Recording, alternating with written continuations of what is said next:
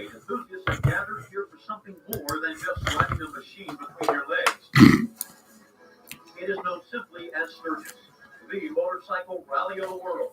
250,000 bikers are jammed into this small town for racing, festivities, and the biggest biker party on the planet. New to the mix this year, World Championship Wrestling arrived, proving that this annual event will truly be Hog Wild.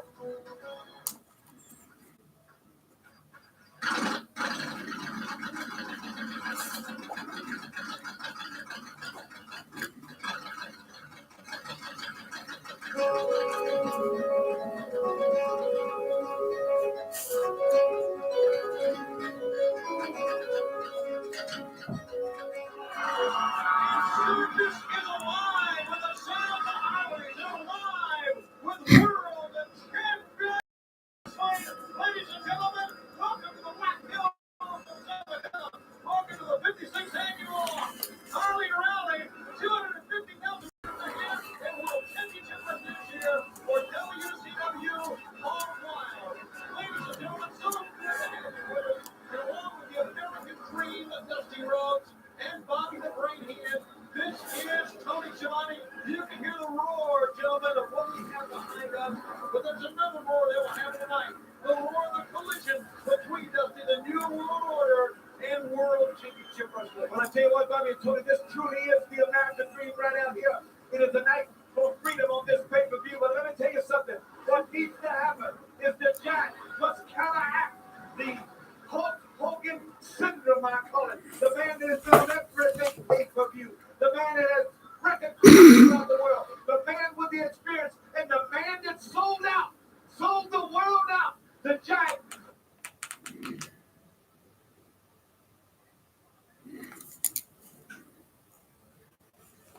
We're going to open up this spectacle from Sturgis with two of the most spectacular international talents in the profession today. And let me say this before we get right now. Aren't you a little overdressed for the occasion, Brady? What do you mean? Where's your leather jacket? Where's your denim? Where's your tattoo? I have a tattoo. How about your do-rag? No, I don't draw it myself. Are you going to show that to your wife when you get home? Are you going to show the other one? You can't show anybody? Exactly. From Tijuana, Mexico, the WCW Cruiserweight Champion, Rey Mysterio Jr.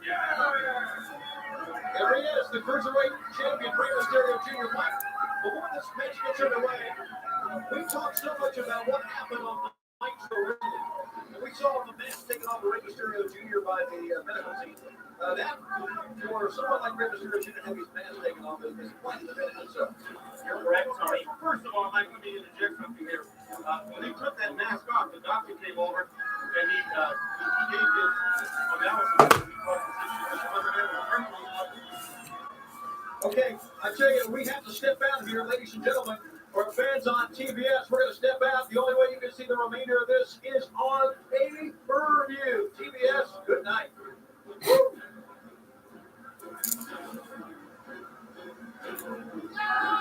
We continue here on pay-per-view, Mike, today. Let's talk about the mask coming off of Rey Mysterio if we were continuing there. Tony, as you mentioned, the mask, a legend of the mask in Mexico, unparalleled. To have him unmasked on national television, headline news throughout Mexico. And it was, I think, the big question in this matchup is going to be, can Rey Mysterio Jr. bounce back from that attack at the hands of the outsiders? Okay, let's talk a little bit about the Ultimate Dragon. We've been talking about Rey Mysterio. Our fans have seen him for the last month or so. They know about him. What about the Ultimate Dragon? Well, it's the first ever meeting between these two. Despite many parallels during their career, interestingly enough, should be a fun opener, at least. Wrestling Peace Festival. In the match, the WCW executives discovered Rey Mysterio Jr. His tag team partner in that matchup was Ultimo Dragon. Amazingly enough, they hooked it up today with the Cruiserweight title at stake. Not that unusual in Japan and Mexico to see tag partners, especially when a major championship is at stake like tonight. What does the Ultimate Dragon do to take this victory off? That's an important thing. Both of them possess the speed. Both of them got the knowledge that we've seen. They both know each other. So Rey Mysterio is a phenomenon. So what does Dragon need to do right today of this pay-per-view to take this thing home? Well, Dusty, I think strategically there's no question. Oh, Ray's got his Spider-Man mask. Love it. Don't sell either man short when it comes to mat work. Knowledge of submissions cannot be overlooked. When you go from an experience standpoint, you have to give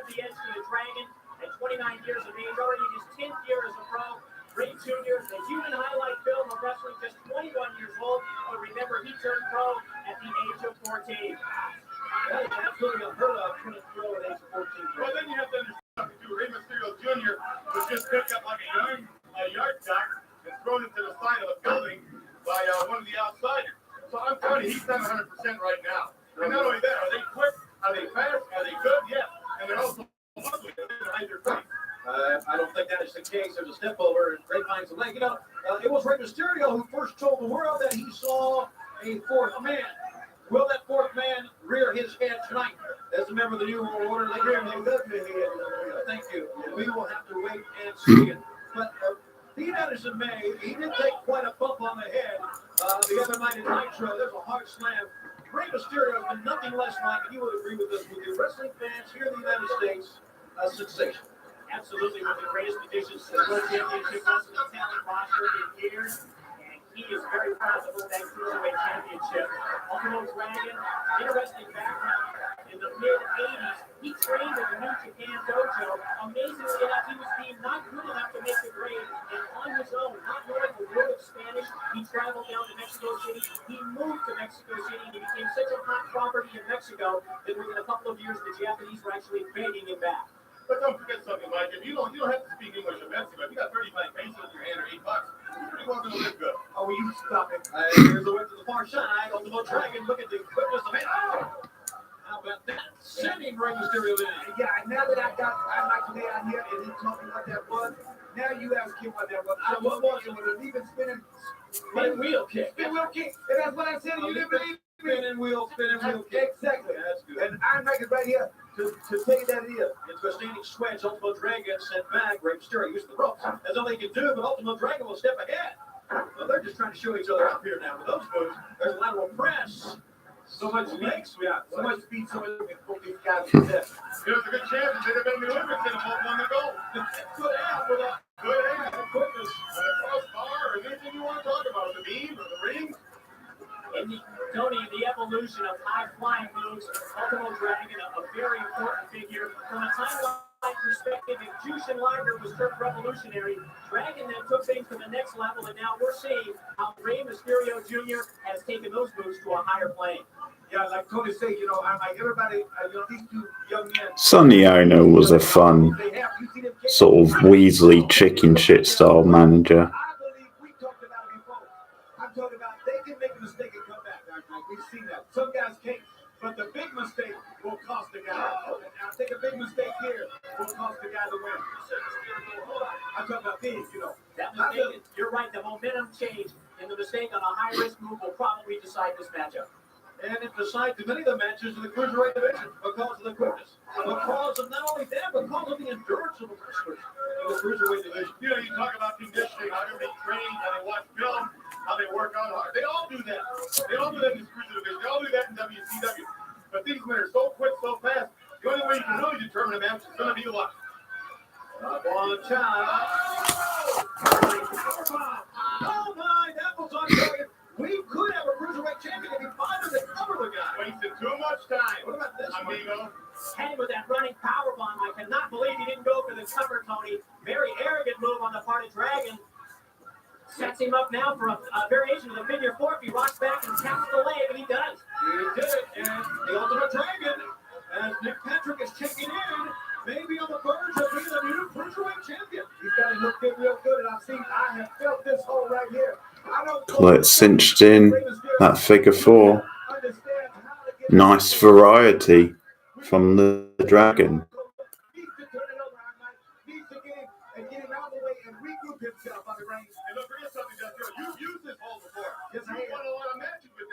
Yes, but not on Rey Mysterio Jr. Well, that's true. We know that. See, that's what I was saying. I'm not.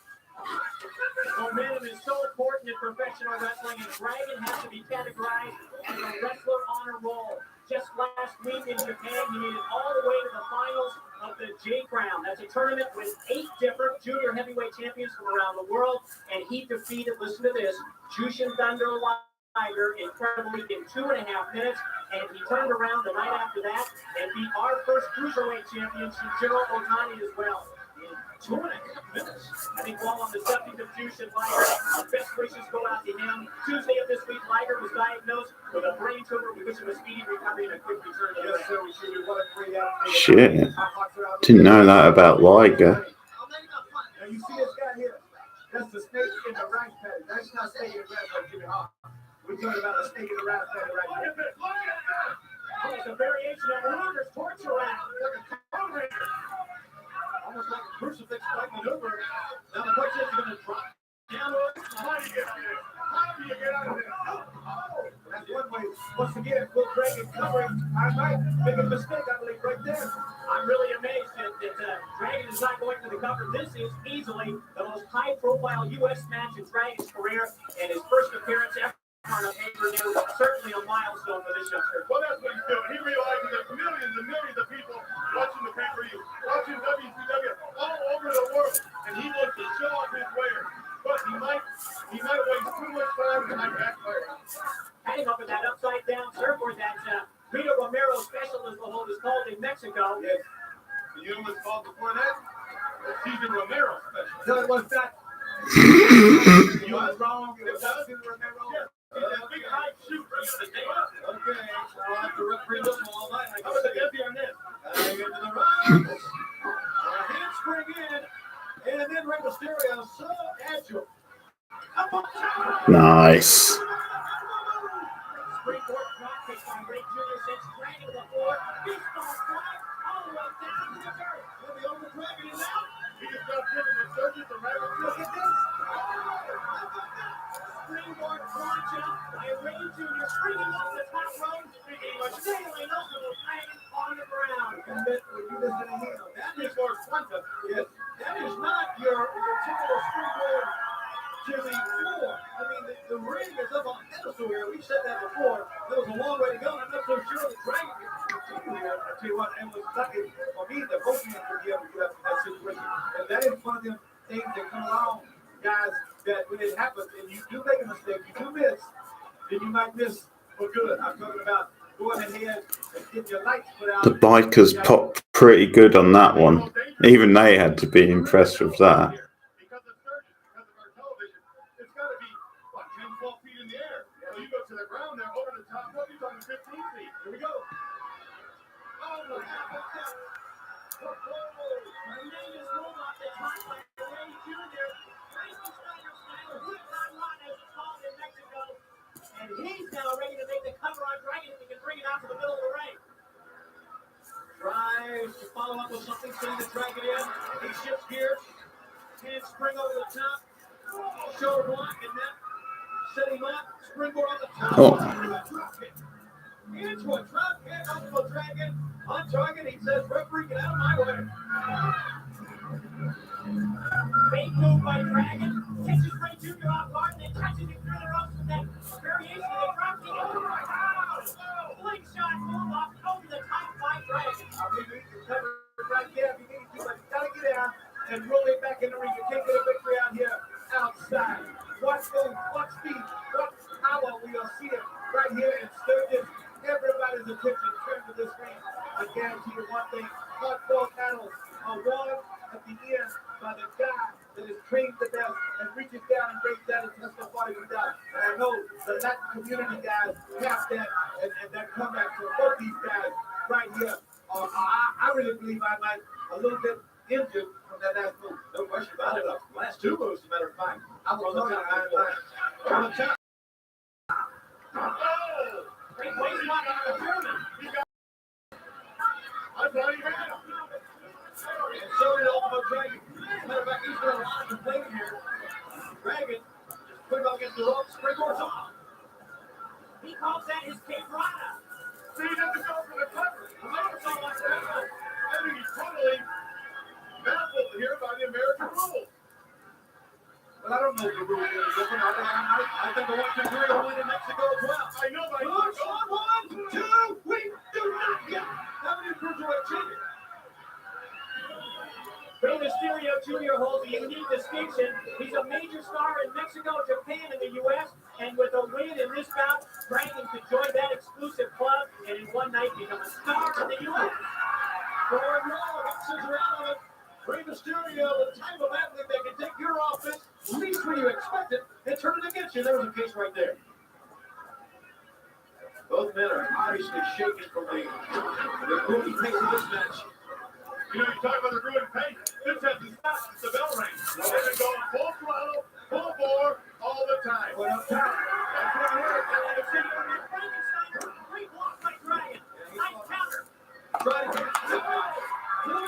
Could be it. Got him.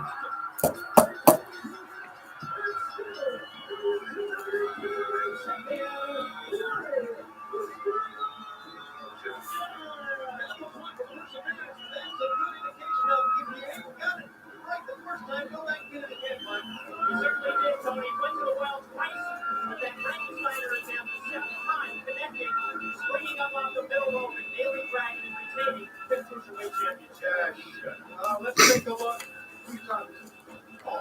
Let's take a look at the Hog Wild replay. Are you going? There's Rey Mysterio Jr. taking over. These commentators are already squabbling. And it sounds like real squabbling. It doesn't sound like it's just them being in character.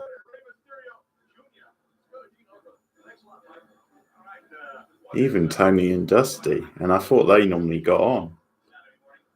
Ladies and gentlemen, tonight on the hotline, we've got some very exciting news regarding some people, some individuals that we have spotted on campus here at WCW's Hog Wild. It may have an effect on who we see joining the ranks of the New World Order. Don't forget also, shortly after 11 o'clock Eastern Time tonight, joined by today, myself, for all the results from here at Hog Wild. Plus, we'll have some more insight on the comings and goings of various individuals, not only in World Championship Wrestling, but the entire world of professional wrestling. The telephone number is 1-900-909-9900. 1-900-909-9900. Give us a 99 right now. Tony, let's get back to you. All right, Gene, thanks a lot. I tell you, Sturgis 96 is an annual rally. It began back on Friday, August the 2nd, with motorcycle enthusiasts from all over the world. As a matter of fact, 250,000 came to Sturgis. Some of them, of course, the athletes of World Championship Wrestling. But this is the place to be with really odd people, but some of the greatest and provocative machines that you've ever seen in the world coming right here to Sturgis. Have you ever seen anything with match?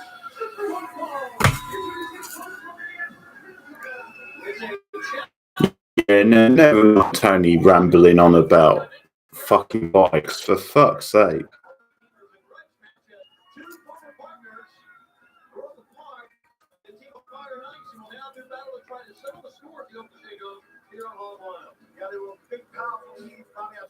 Should be a snobber knocker, as JR would say.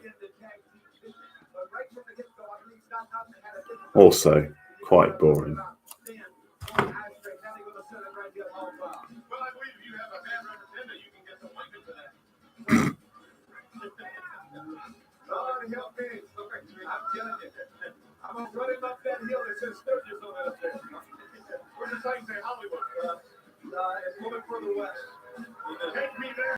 You see Henry King. You see what happened just moments ago to when Ice Cream Kid was on. Yeah, that's the stand. He won Mr. Trump. No, if you were watching our warm-up to Hog Wild Saturday night Ice Train, you see WCW versus NWO. It's a blockbuster event later on in this telecast. But Ice Train tried to come out and talk his speech, say what he had to say to the Giant, and that's the last thing you want to do for him. Is get in the Giant's face. Of course, you do not want to get in the Giant's face. Hulk Hogan wants to get in the Giant's face. So does the NWO.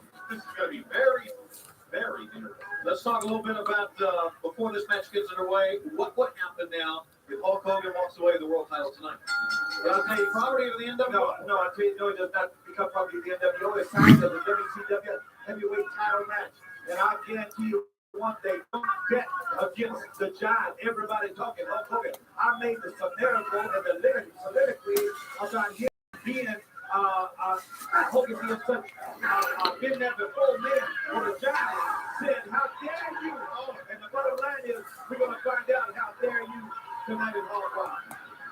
I don't have a gut feeling. I just don't like the way they're doing. Ice Train and Scott Norton, everything we thought it would be, two big men pounding the fire out of each other here. You what happened with this team? They were both big strong men. They're both big tough men. They could not get along together. Opposites do attract, and opposites do subtract. Figure that out. And you see what Scott Norton did, Tony? Right away, bandage. Always, if you're an athlete of any kind of somebody is injured, you've got to go and field the battle one-on-one with him. If you're going to turn out taped up, You better expect the other man who's trying to go for the victory to just drag take you all night long. That's what Scott doing right now. Oh, listen to that. That is such a contrast from the first match we saw here at Hog Wild between these two men. This did toe-to-toe slugging it out. All the way old friends getting it out. Yes. It's like the horse party. And he has an idea. Use the ring close. Ice Train. Ice Train, you may notice, his manager Kenny Long is not with him. Kenny attacked by the Giant the other night on WCW Monday Nitro as well. And we certainly are wishing Kenny Long the best to recuperate, try to get back to ringside. No, Kenny Long's in a sidecar someplace in Wyoming right now. And I'll tell you something else. Told that Ice Train was attacked earlier tonight by the Giant. So Scott Tucker got to kind of say, well, thank you, Giant, for allowing the situation right here on this pay-per-view television deal, because Ice Train truly is a hurt and not 100%. You know, a lot of people say, look at that Ice Train. He wraps himself up. He takes himself up. He picks up Norton with that bandage arm, bandage shoulder. And he still continues to fight. How can the man do that? Well, the man should have just told the officials, I'm hurt. He should have. Maybe next week. He should have not. Maybe you would have taken that low road break, but I can tell you Ice Train is not. Mike Tyson does. The chop, he has really let him in because he's done a great job of taking Ice Train and eliminating the problem of Ice Train using his power. Scott Norton now in a power mode, doing nothing but stuffing the mud hole in right here. Right in the knee, right into the shoulder. There's no question right now. The referee is checking in to see if Ice Train wants to continue. And Ice Train, as you see Randy Anderson, the senior referee is signing with his power. Oh, he is driving all power here, but. And this Scott Norton is so powerful. I mean, so light here. Norton was a arm wrestling champion. He's a violent man. He's hard to beat. He really is. And we have seen and are seeing the separation of one of the most effective tag teams over the last couple of months, WCW Fire Knights. They came in with a lot of problems. They talked about it at WCW with a big one place. Now Ice Train reaching way down, trying to fight back. Whoa! Using one out, took him on his feet. Now he needs to get him in a situation to play him away. There you go. No, he can't fight him off with one arm, but he's been trying. And he is. He's not only working on the shoulder, working on the side of the head, the neck muscle. Cody. He's the neck muscle as He's well. not 100%. Norton's 100%. Right there's your victor right there. Norton is 100%. Ice Train is game. He's a fighter. He's trying it, but it's not going to work. He's injured. Not giving up here. There's no doubt about it. Right now, this might be a good point when you talk about for the referee to step in and maybe make a decision right there. Because Ice is in no way ready to fight him back. And he just pounds away. Ice Train is hurt. You made it really hurt. You've not seen many headlocks here or many high-risk maneuvers off the top. You've just seen too many. Everyone will do that. He got out of it and he almost stole it away. He was not in position to put him away with a cover right there. We're talking about arm that's injured so bad. But clearly now changed the momentum just a little bit. But it seems to me he's still got that fight left in him. He wants to fight. He wants to show Norton he can beat him. But Norton's just too covered. Down on the shoulder, continues to crank on it. It's over. And a tribute to Ice Train and his perseverance. He is not giving up yet. He might get him down right here. And then he cut it off. Yeah, he did. See, he's going to give him 20 minutes to go or giving it right now. He's saving himself a lot of pain if he gives him 20 minutes. The referee says that it, but Scott Norton says no. I'm sorry, that's not it. He'll turn that shoulder out. That shoulder's already not it. Oh, well. Scott Norton wants to kill his own partner, leave me alone. And if you don't, here's what happens. Scott Norton wins. Here's a man who came out of Nitro to be a security officer at ringside, and you can better believe that the New World Order is watching on. So last man you want to fool with Scott Norton. Well, you can bet they're watching on. They're watching everything. They're watching WCW. I'm talking about the New World Order. They're watching everything that has to be watched. And they better. They want to succeed. They better. I don't want them to succeed. Okay, on Saturday night, we saw Ric Flair up close and personal, very heartfelt interview. Let's give you a portion of what Ric Flair had to say right now here on Hog Wild.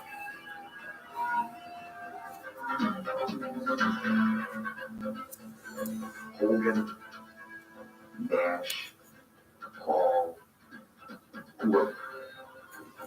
You hurt my best friend. Didn't really understand this thing and Luger.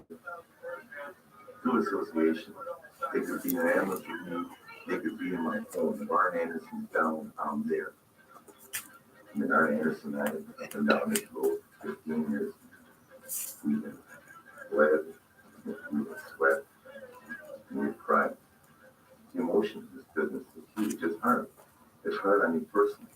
I had decided in my own mind Hogan and the New World Order and the Horsemen could coexist. But then they jumped on ideas. It became a whole new awareness, a whole new ball game. This is our business. We stand top by getting involved. As a real friend in life is this company. This company is the best. I'll stand up for it. I'll fight for it. It's on now. It's on the table. It's us. It's survival of the fittest. It doesn't matter whether I like Sting or Sting likes me or Luger. It's one company now trying to be taken over by another. If the New World Order wants to make their mark and to really score, you've got your opportunity now. Because the Horsemen are involved. Two of us can't survive. Two companies can't survive. Two of them are talking about.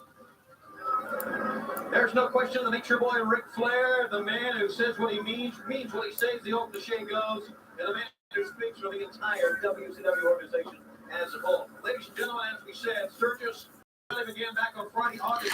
Oh, shut up about the fucking rally. Jacket for only $89.95. The official WCW Hog Wild merchandise. I've got my hot wild jacket. And I've got my hot wild t-shirt. And you get yours. Just call 1-800-WCW. $89.95? Fuck off. Fuck off. Who the hell brought that?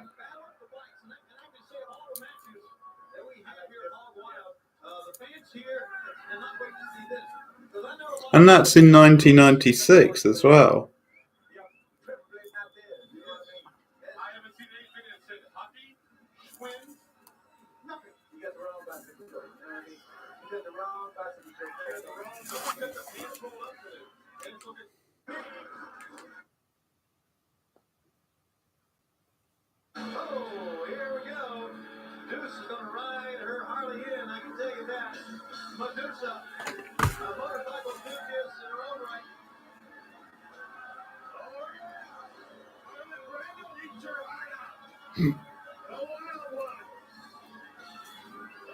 Yeah, she's looking good tonight.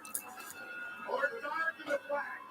This is one of the enthusiasts that ride from Minneapolis on the Sturgis, the Superstars World Championship rookies, the Steiner brothers, Sting, Eric Bischoff was part of that. And the WCW personnel on the ride all the way to Sturgis. I was going to take my limo, but I grabbed it to the lane dirt road. I didn't see a dirt road come here. I didn't see no dirt road come yet. Now, let me tell you something. The real first lady of WCW, Medusa. I don't care what Missy says. I see some real pretty women that weren't really pretty physically, you know what I mean? Yes, I know what you mean. And you have come here at 30. But bottom line, Medusa, gotta stay away from full power. What has she got in her hand? I don't know. Well, she can't stay away from her Dusty. She's wrestling her. She got another chip. She got another chip. Into the midsection. Oh, another chip. She's got a nunchuck.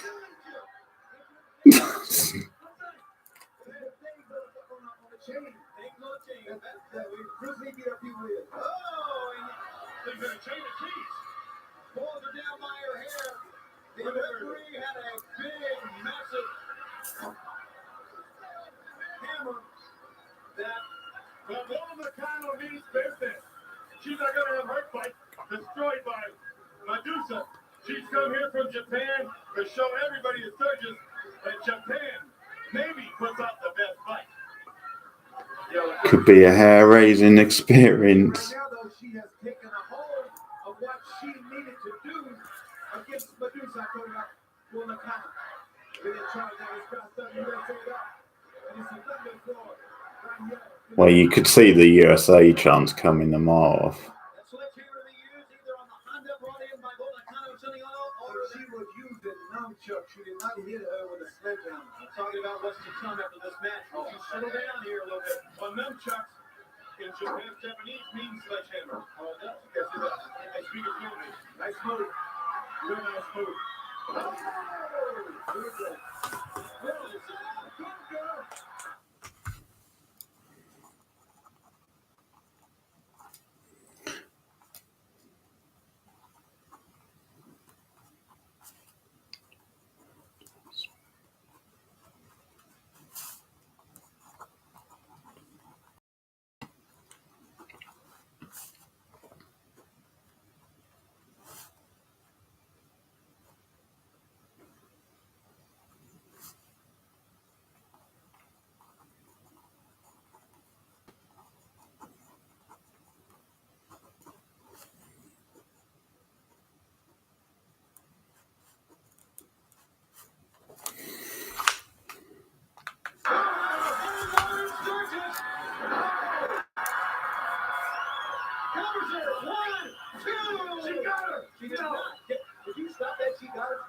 Was excited. I'm sorry.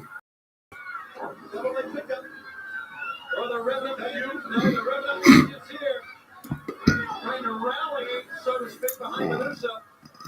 Trying to step over here just a little bit further. That's a sting of the scorpion right here. That's a Japanese wrestler. Got him right up there, almost into a inverted surfboard. A lot of pain, blues, and agony going on in the body of Medusa.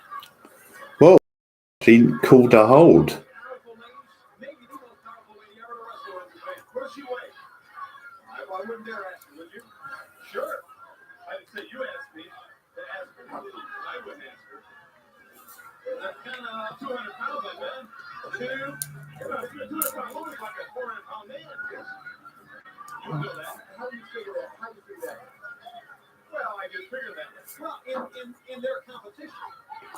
Not like a 400-pound man in regular, walking down the street, but like a 400-pound man in I'm being an interpreter between I think you can see how far Medusa's come as a wrestler in this match. Because she was a bit hit and miss in the WWF.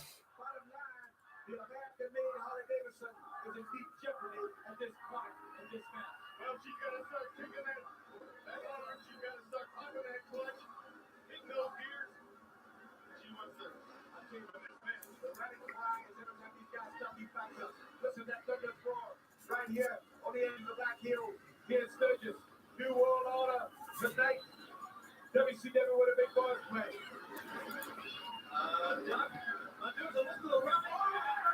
Send her over. She got her. She didn't stop It's that. only two cards. He's always controversial about the count. Spin wheel kick. Come on, Medusa, cover. The pains behind Medusa here. They're revving up the engines. Rallying behind Medusa. Sending the cutter in. She missed up the wheel kick. Oh, that's it. She got her. 1, 2. She got her. No, Medusa. No, she didn't. Escape from that one, and I mean escape maybe temporarily. You're 0 for 3, Brain. Standing switch, Medusa. So there. German suplex, 1, 2. She got her. Ooh. No. Got a 2 count again, real close. Give it.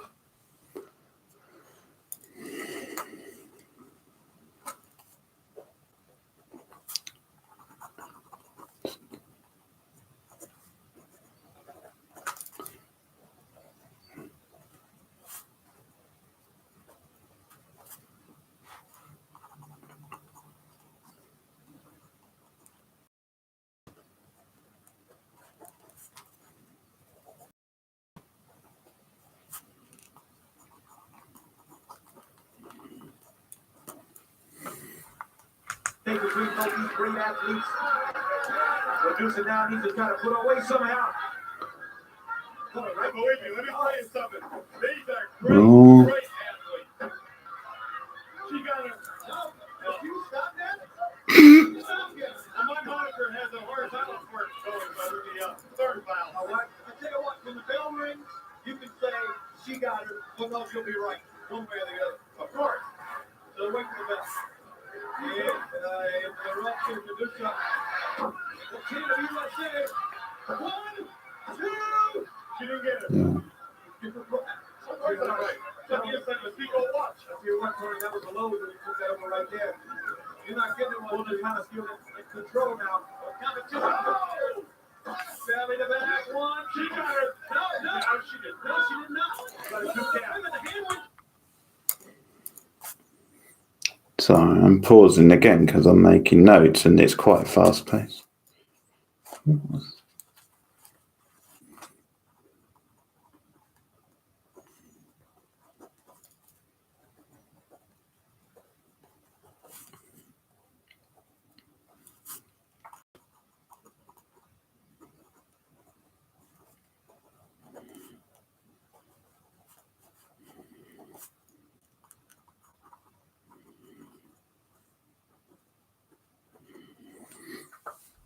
Down. The hand was down, but I think maybe he's saying no. They got Sonny Otto has the sledgehammer. Let me go with it. He's going to Medusa's bike. He's going to Medusa's bike. I don't know if this thing is over. Oh, he's smashing her bike. He's trying to trash Medusa. Oh, no doubt that'll piss off the locals. She's got the sledgehammer. Run for your life. And she is going to trash Medusa.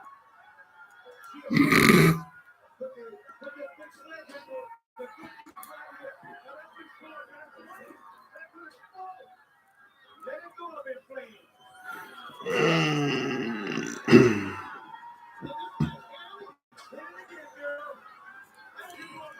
What a stupid end to this match. Can't believe.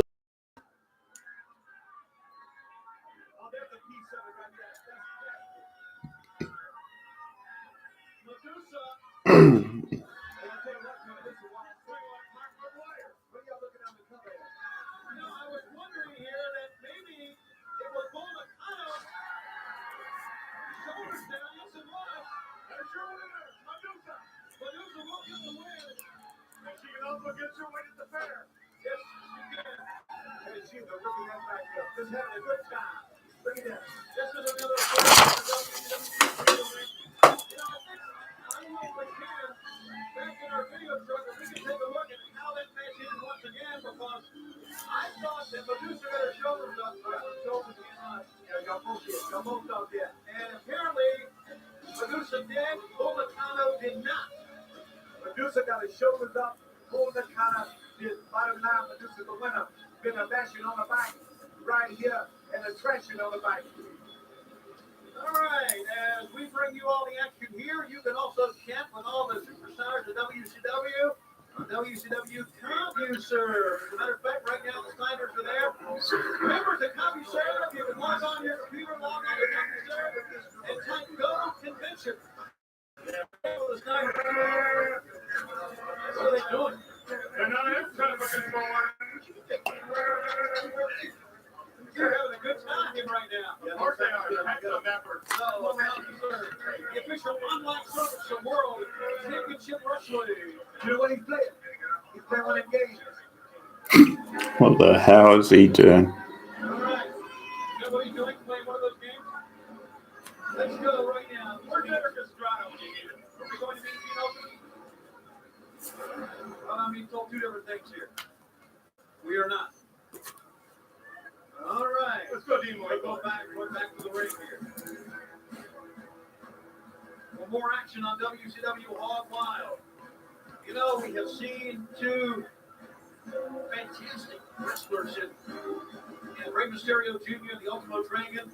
We've seen two power men battle it out so far here at Hog Wild, and we've seen two ladies give it their all. And some bike speed trash. Did you really call them ladies? They were fighting like that. Would Princess Di do that to Leona Humphrey? I don't know. But I tell you, ladies, I'm telling you about what we're getting ready to see. Two great athletes. Well, that does suck because that was a pretty good match. And that stupid finish ruined it.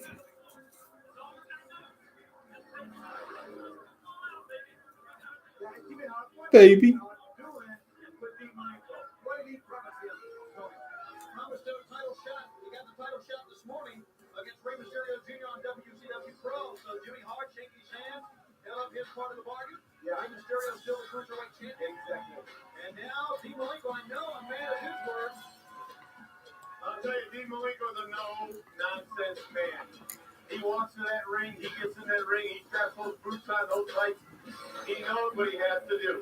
He's a second-generation wrestler. His father was a tremendous athlete. He knows what he has to do. He has to beat this man, which is a man not many people can do. This is one tough. Oh, this is tough to watch. R.I.P. to all three of those.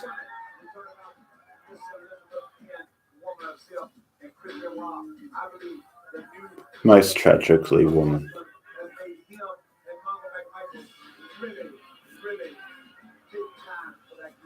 You're right about that. Let's get something else. Who said I'm right about that? Here we are, and you're listening in on our WCW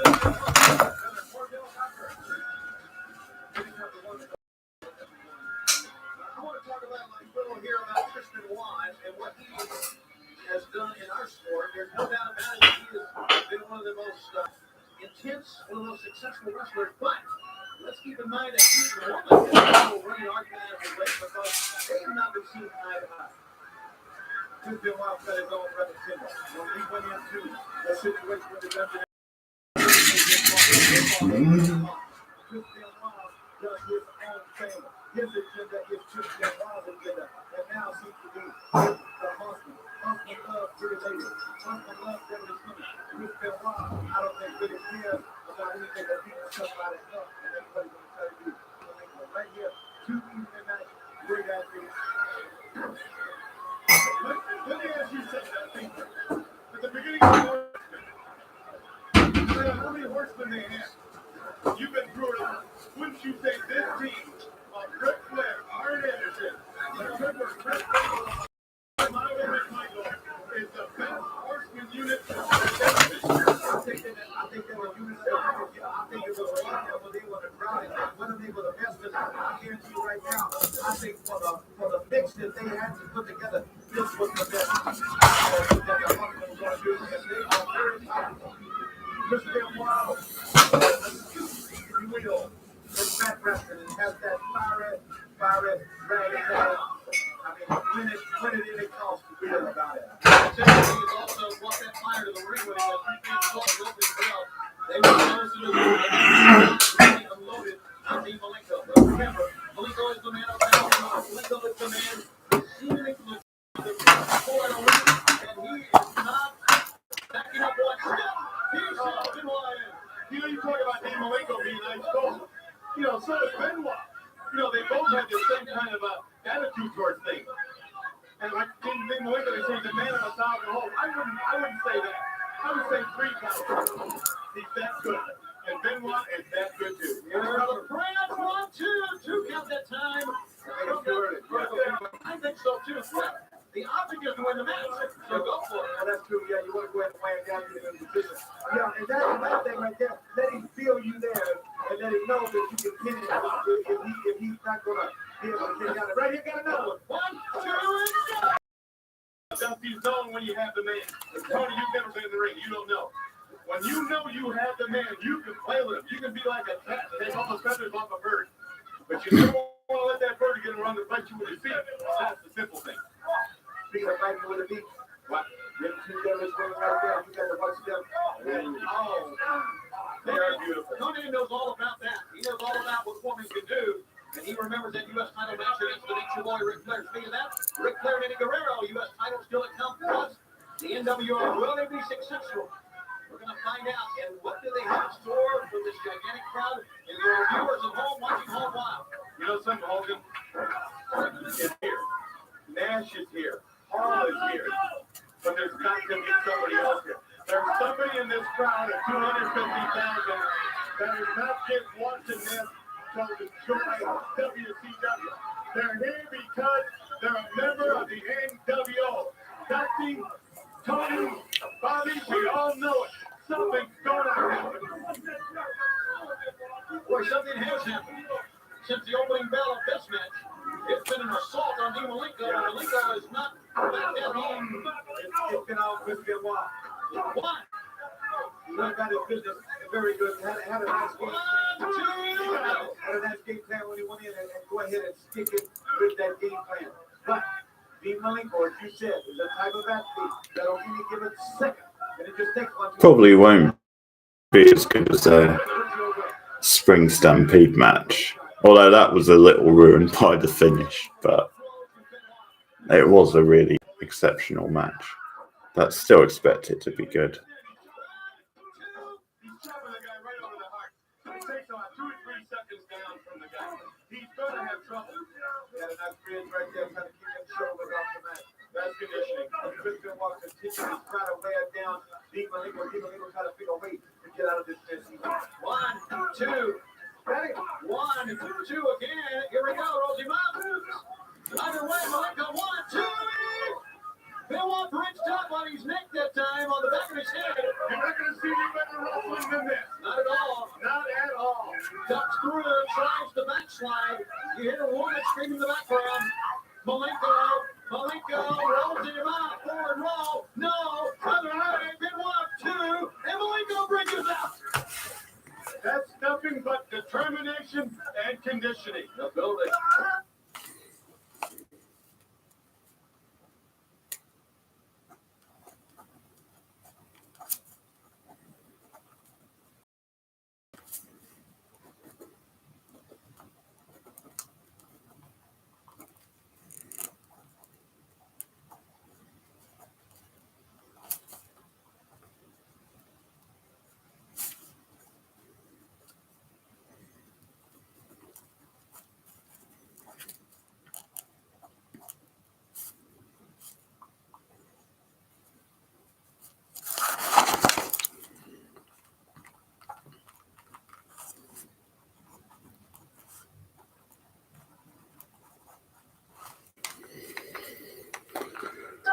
Dropped down on his knees. One, two.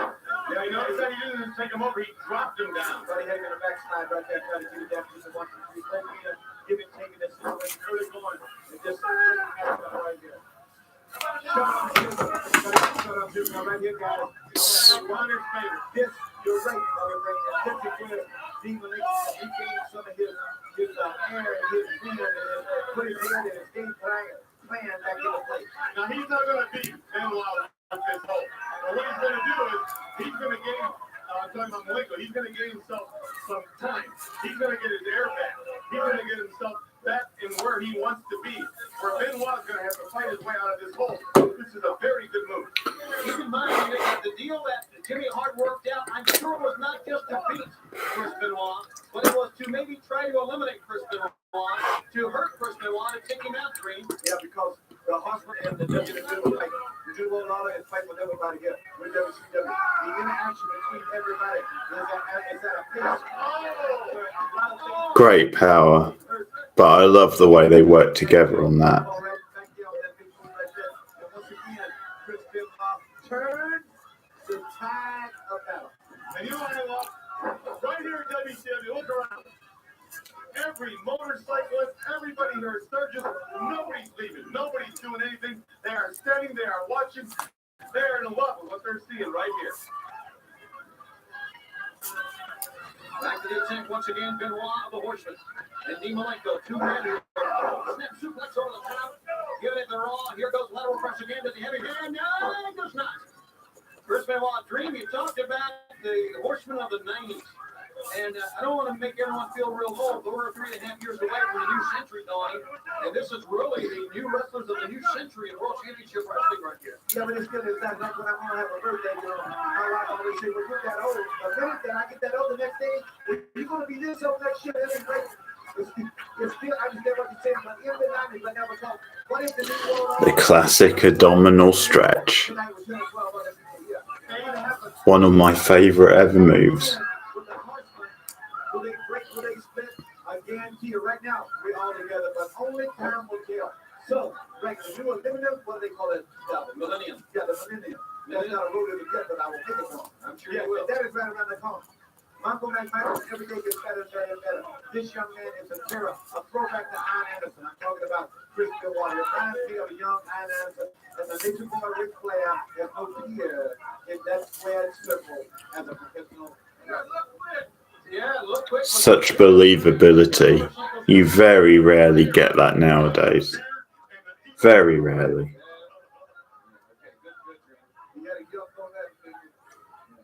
Remember, we're spending the night here again tonight, there. I'm weird getting it out of here. You are? Yeah, of course. You don't like it? I had a great time here. You are? I'm not very honest, but motorcycle enthusiasts, a lot of tattoos, a lot of body piercing, a lot of black and white, and they're great people. Yes, they are. They're absolutely great people. Yes, they are. Nice to know that. Hold on, top. Each other down, got a double knockout right here. Winded, maybe Benoit, the less winded of the two because he has had his way with Dean Malenko. Let's see who gets to his feet first and makes the next counter offensive move right here in this classic matchup here on Hog Wild. Everybody, we thought it would be here. I mean, just look at the crispness of Chris Benoit, of Dean Malenko, of a guy like Eddie Guerrero, of like his nephew. I mean, there's so much action right now you can't go. Snap suplex. That's the second one Benoit has maneuvered, and here he goes. Well, that's not right now. High risk maneuver. Will he hit this thing or not? Taking a chance. Pays off. Also took quite a lot out of himself.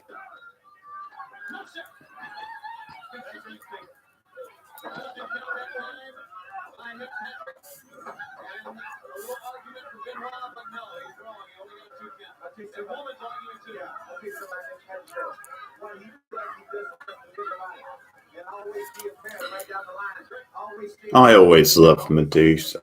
Sorry, not Medusa. Woman's reactions at ringside. She was just so convincing.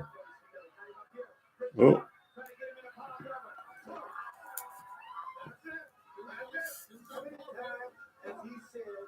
Could be it. No.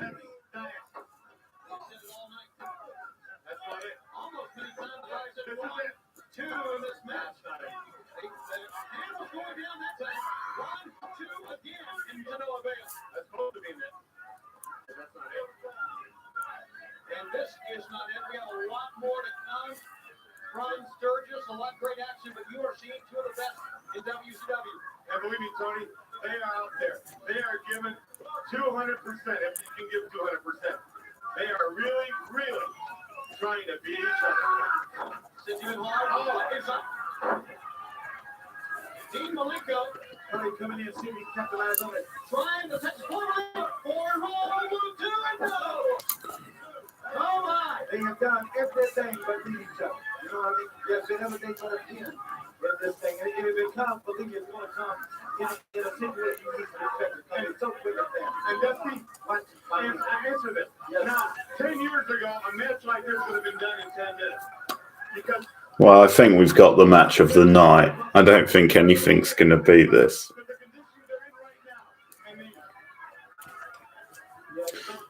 With it being WCW, I'm expecting a screwy finish. But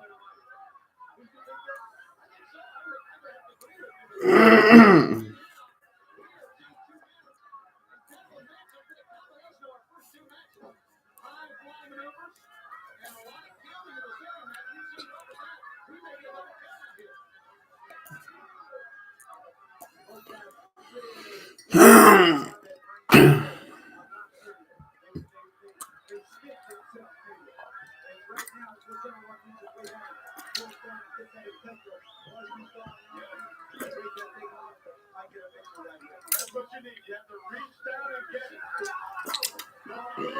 World champion 3 times. You reached down to get it, didn't you? One more time. That's right. Listen to me, though. Right here, he reached down and got a steel pole. And that can change his hat about it. Also, easy. Rolls him in. No one realizes what you have to do to reach down sometimes. I think Malenko does. The fans have been following the careers of Malenko. And Well, this is the big moment, I think. That's to the side of the head. Shaking the cobwebs out. Uh-oh. He has a notion to superplex him. Can he do it? Malenko up with him now. He's got him up top. Oh, my goodness. He hits back. How of a superplex. That both men took the front of that one equally. Yeah, not only on that occasion, but on two different occasions prior to this, both men have been in a situation where they both by moves demonstrated by themselves have found themselves in this predicament. Gotta take it out of you, Brain. Gotta take it out. I think it's the way they came off. Usually on a superplex, you elevate and go up high. That time Benoit went really almost straight back. And it cost him as well. But both men are back up and look at this power slam. One, two, or make it scoop slam for two count. What I like about Benoit when he slams, he covers you. He doesn't. There's no wasted motion with this man. Oh. My goodness, look at that. And then Malenko goes for the cover. Again, one. You're not going to see anything any better than this. And you're watching it exclusively with World Championship Wrestling. WCW. And Hog Wild. For the 56th annual Sturgis Rally. 1, 2, 2. Did he get him? Did he get him right? Got him off the And don't forget to watch the man and Monday. Who knows what's going to happen on those two? Exactly right. Here we go. Oh! Short clothesline. Lateral press again. Nope. Barely. It's getting harder and harder to kick out of this thing. I told you about both men. They have spit themselves right here at Hog Wild. There's a clothesline on the other end. 1, 2. He got him. No. You're not getting, I tell you, you see one man get a clothesline, and you think the other man cannot get up. He comes back a couple of seconds later with another clothesline of his own. The Malenko's a liar. He's not a man of the positive move. Well, I would say 2,500. And you said 3,000 a while ago. Now you're going back to 500. Okay, coming the belly over the top. Look at the camera work. Look at this. Isn't this great? Belly kick out, got a 2 again. How many times have they went to the well and come up dry in this matchup? What a great matchup it is right here. He's got him. 2. Ooh. Got a 2 count. Win to the end. Who will prevail? Usually a match like this, a lot of times it is your mistake. I'm looking at Look at the crowd here. You realize that everybody's clothes burned up here. We lose about $9. Would you stop over that? 1, 2. All right. 5 minutes. 5 minutes left in this match. So we're going to get near the end, and I tell you, you just got to wonder how much more these guys can go. I mean, as you said, Dream, they're getting up very slowly now, both men, but they still can execute a scoop slam like that. It takes a lot of reserve and a lot of power. Kind of turn it over, getting that off the grab. This is a high right situation right here. But Chris Benoit kind of move. He could uncle him. He could Uncle him. Again, they could get up. Malenko using his neck muscles and his back muscles trying to prevent it, but that's putting a lot of strain on the neck. I wouldn't call this a Boston crab. I didn't That's see it. more like a Canadian crippler crab. With his head he's bending his neck back the other way. He's not sitting in his spine. He's taking it back. You know what it is. Canadian crippler crab was right down this before he mentioned this. Well, let's say he's got it on him. He's pretty close to giving up. Nick Patrick right down there after them. Look here now at the eyes of these women. Watch this thing. Elizabeth. Gotta get the rope. Gotta get the rope. Gotta get the rope. Well, I'll tell you what, they had a lot of matches left. A lot of time left in this match. Well, we're less than 4 minutes now. Actually, moving into the 30-minute mark. And it was the same. Maybe they're going to go for a time limit draw. I can't remember how this one ends.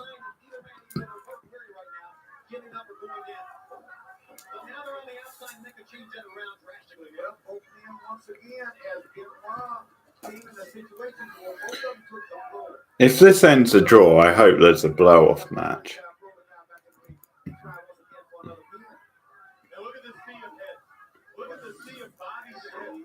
Everybody loves WCW. Don't you see that? I see it.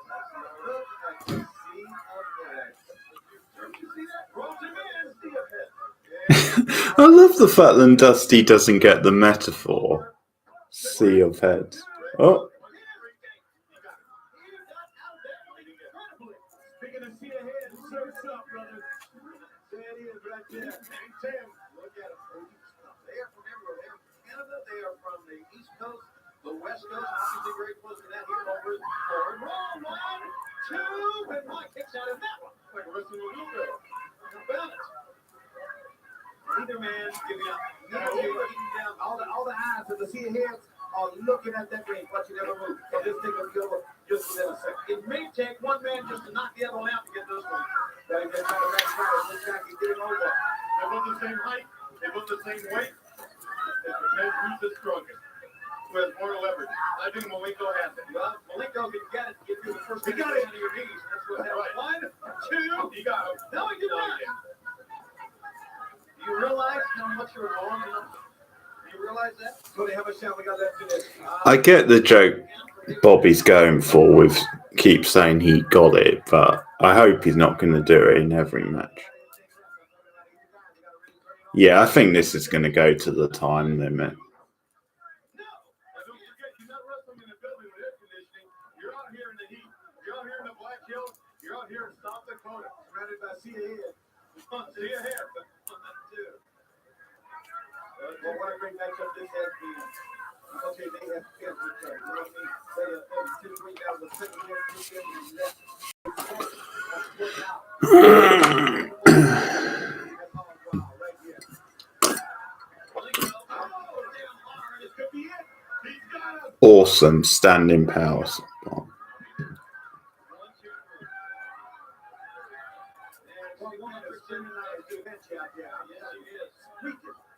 She is streaking. 1 minute to go. You heard.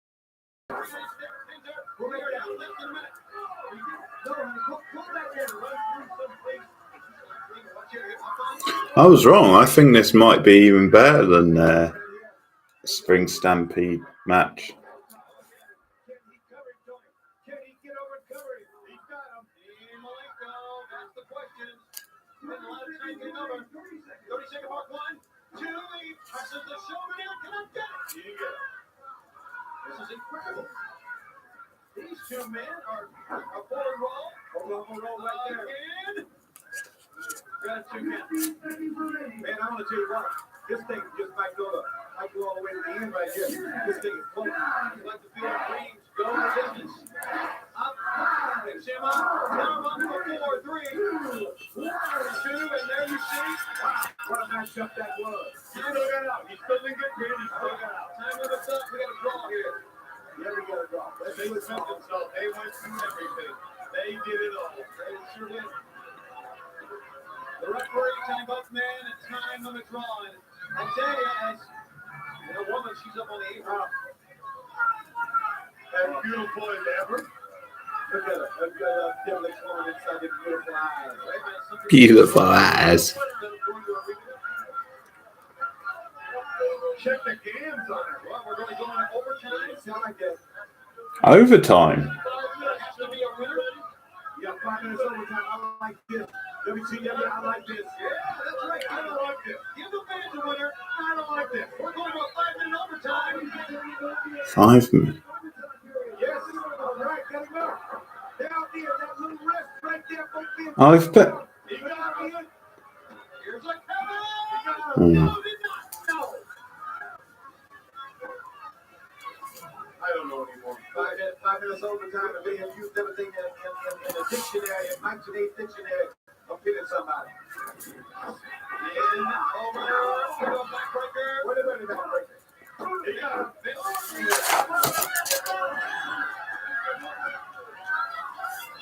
Oh my God! I'm gonna get him. No, okay. He's going to try. He's going to Look at him. Both parts of a Texas properly. How about that? Been a lot coming on the window. Yeah, he's on his hole. He said it's on the hole, too.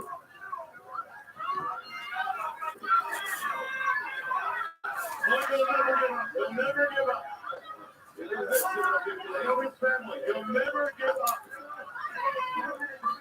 All right, in overtime, we got 4 minutes. Malenko. He'll never give up. Trying to get to the rope right here. Good move when you've been spit like these two guys have. What a classic style this is. What a matchup right here. WCW. Big Wall, Tony pulled him back to the center. Kept his arms at bay.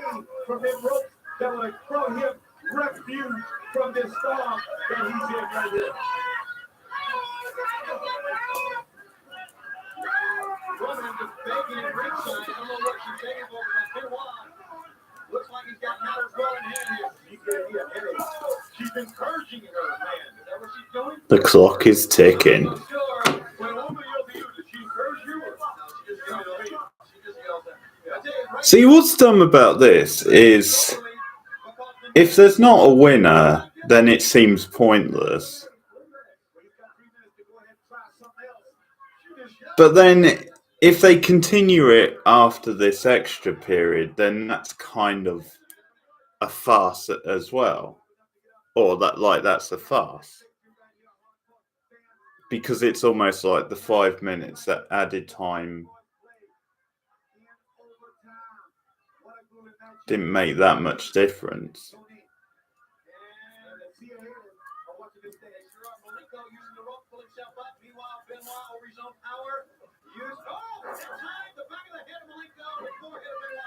And look at it, both up there, Tony, both shoulders, all four shoulders down. Malenko unbelievably is bringing himself up to his feet first. That's all he knows. He knows how to just keep coming back. This is a testament to the ability to the Tony, think about this. This is a 10-minute match. They've been running almost a half hour. That's right. They have really to the draw from this. They have 23 minutes of wrestling so far. Neither man getting up. Neither man saying I quit. Neither man having his shoulders again. That shows you the great competition here at WCW. And now it's almost where we got it. I thought it was being important. He got the scissors on the knee. I mean, it's exciting for me because I legitimately can't remember how this match ends. I'm guessing Malenko doesn't win the title because I'm pretty sure. I know he has it at one point, but I'm pretty sure he never wins it off Benoit, from what I can remember.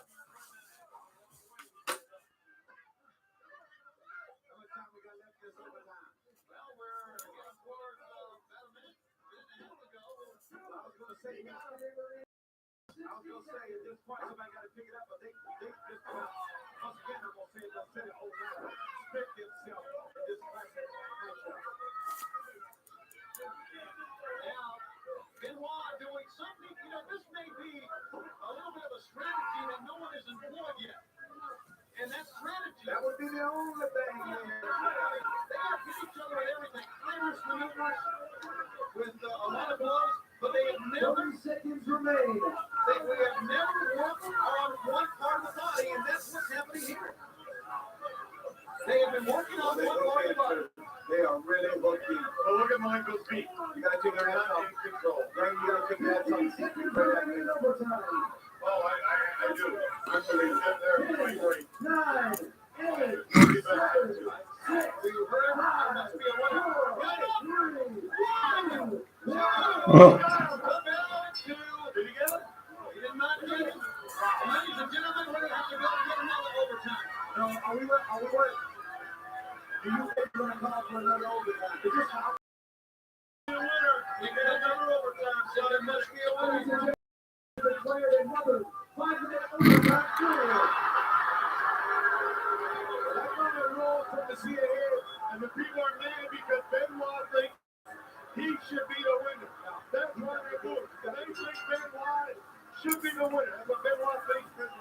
He wants to, you know it. Well, okay, so I mean, I guess I predicted they would give them another one if no one won, but at the same time, it just, yeah. Like, they're doing it for drama, which is fine, it is drama, but just for logic's sake, I mean, why just make it like sudden death till they win, like flat out? Or you just give them a certain amount of time, like say 10 minutes, and then that's it if they don't achieve it. There has to be some sort of rule, one way or the other. Ooh.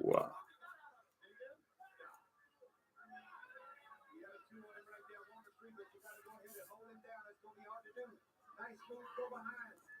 Rolls through for Romeo. The cover 1, 2. You just really don't have a clue today, do you, Brian? Well, I'm just trying to call this stuff. It looks like the referee is short on his call. Yeah, of course you. Yeah, when it goes to the ring, forward, you're not being shut on himself.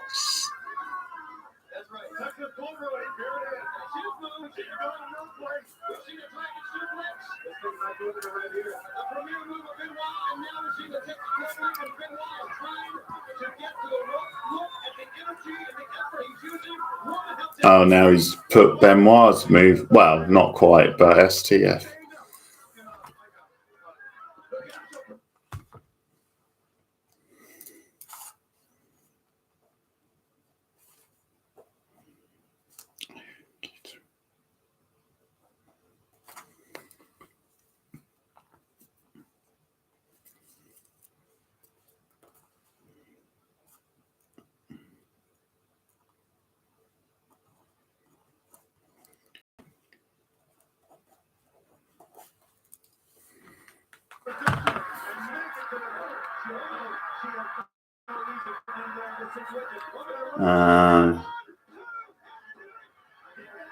Unbelievable.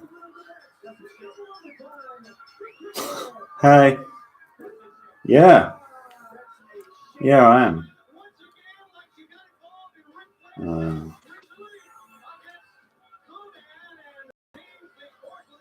Well, that was a hell of a match, Camille, I tell you. Shame about the finish, but you don't get matches like those anymore, Camille. Or very rarely.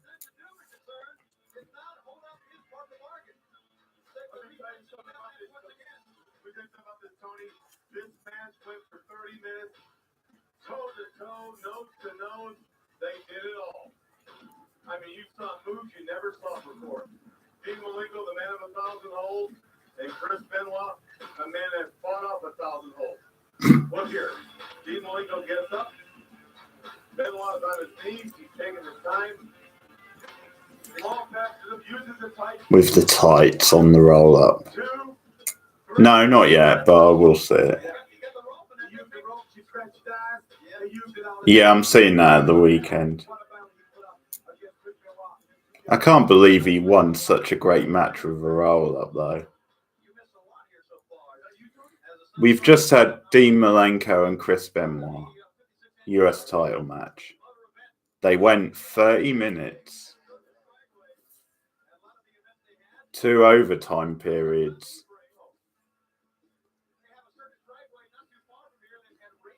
The finish was screwy. It was a shame about the finish, but the match was awesome.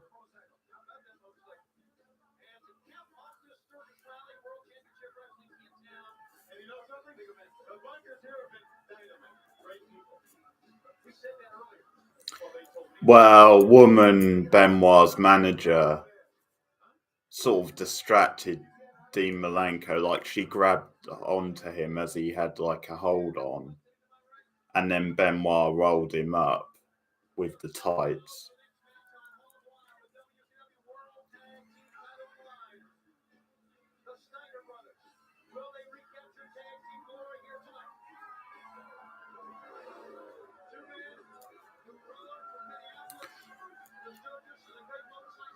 I don't even mind that sort of finish in certain matches, but when you've had such a good wrestling match like that, to end it so cheaply is a letdown, but it's still a great match.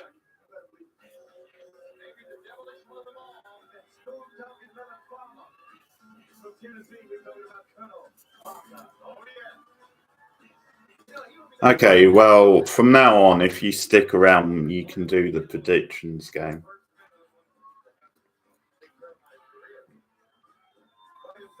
I forgot they're still doing the Sherry Parker thing. Okay, give me a minute. I'm making notes, so I'll be a bit off and on, but... Okay, next match. It's Harlem Heat with Sister Sherry. Yeah, it's like another like cushion. I can't believe they're a couple. Unbelievable. Okay, sorry. Harlem Heat. No, Sister Sherry's not wrestling. She's the manager. I just said Sister Sherry because she's the manager. So Sister Sherry and Robert Parker are managing them. You retracted it. Okay, so the actual match is Harlem Heat against the Steiner brothers.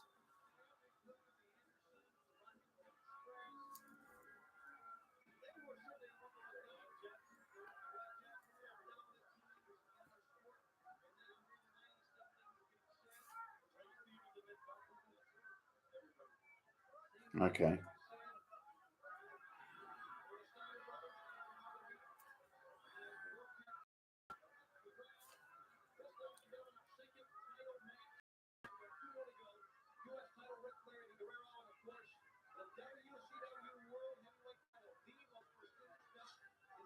Okay, I don't remember, but yeah. Oh, this is the tag title match. I thought the other one was the tag. Oh, okay.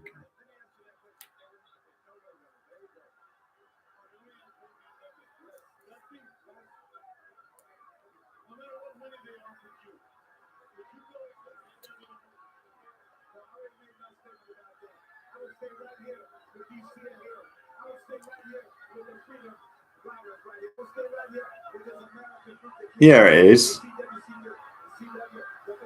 Well, it's not directly, but you can clearly see the TV from it.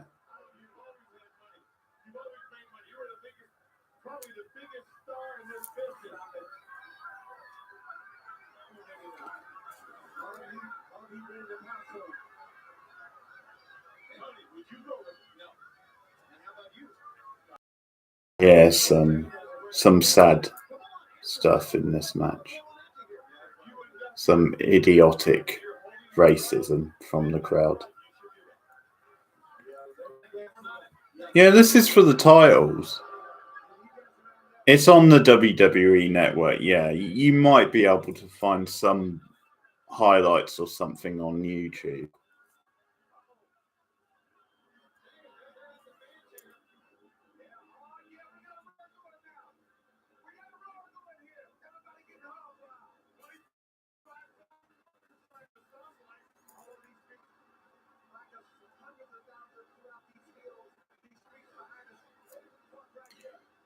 What, off this show?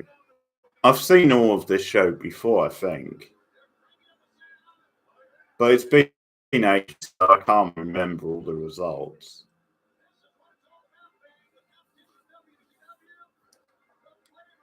Like, I can't remember the result of this match. I think the Steiners, if I'm guessing, win because I seem to think that they lose the title to the Outsiders not long afterwards.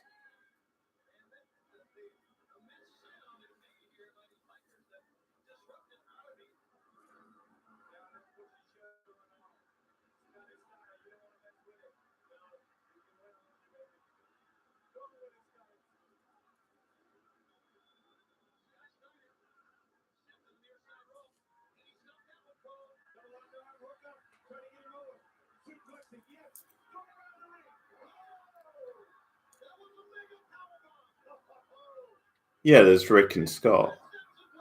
Hang on, I'm trying to focus. Okay.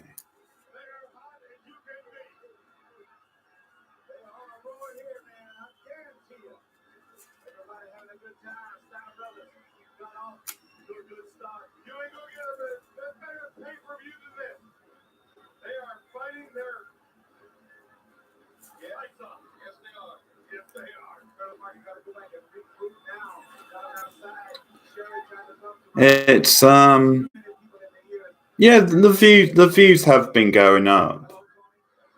I'm pretty sure. I think that naturally happens as you get more subs. I mean, the subs on the channel are a bit hit and miss recently, but the good news is because YouTube took down the limit, like the limit dropped on what you needed to make money, is that I'm not too far off making money on this channel.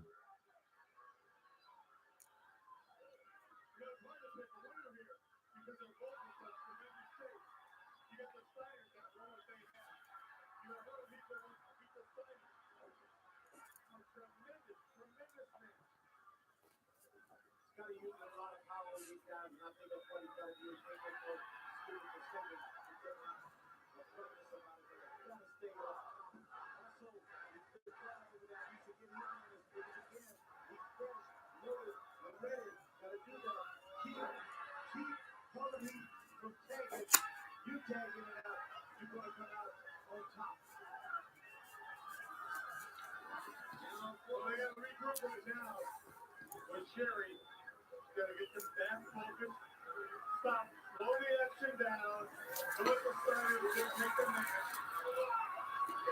This is a really good pay-per-view, actually.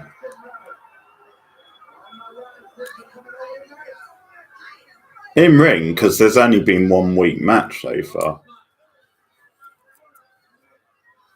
It's just a shame that the gimmick of the pay-per-view is so bad, and there's other stuff that drags it down a bit, but in ring, I can't really complain.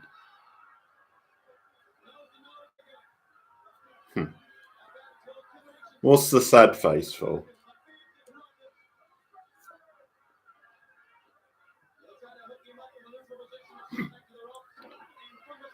You've got the power man in Stevie Ray.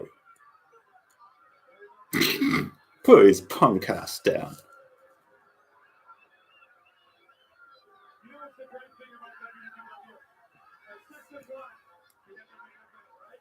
Coming up the pay-per-view. No one has left this area.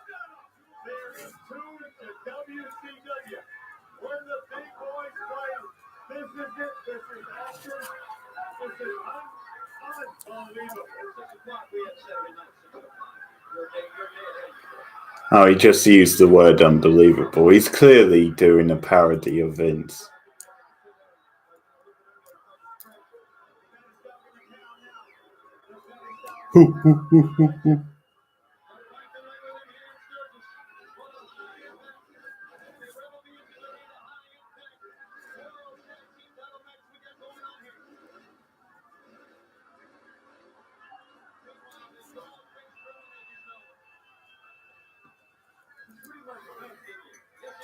The dog-faced gremlin come out.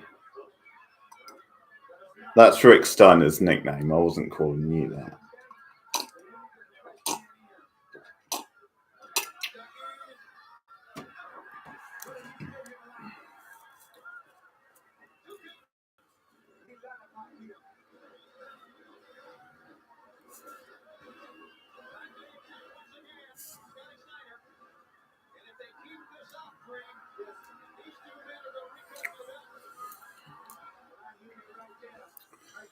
Why is he called that?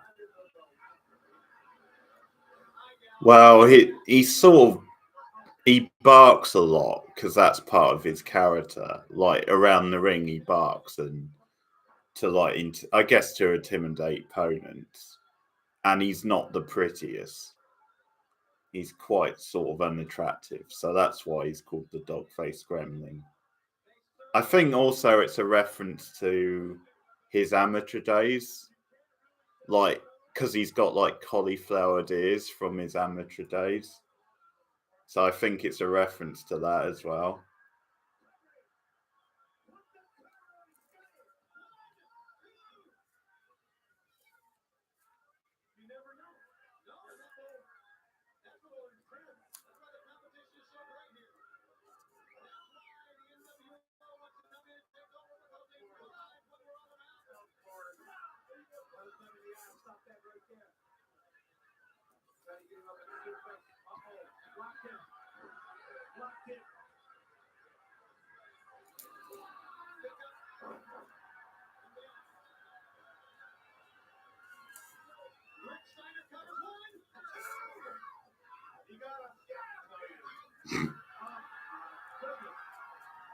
She needs to fall off the table or something. All right, calling out their partner helping there, Booker T. Stevie Ray. He did too. He was off of it. He was thunder shot too. They caught that thing right and hit 10-5.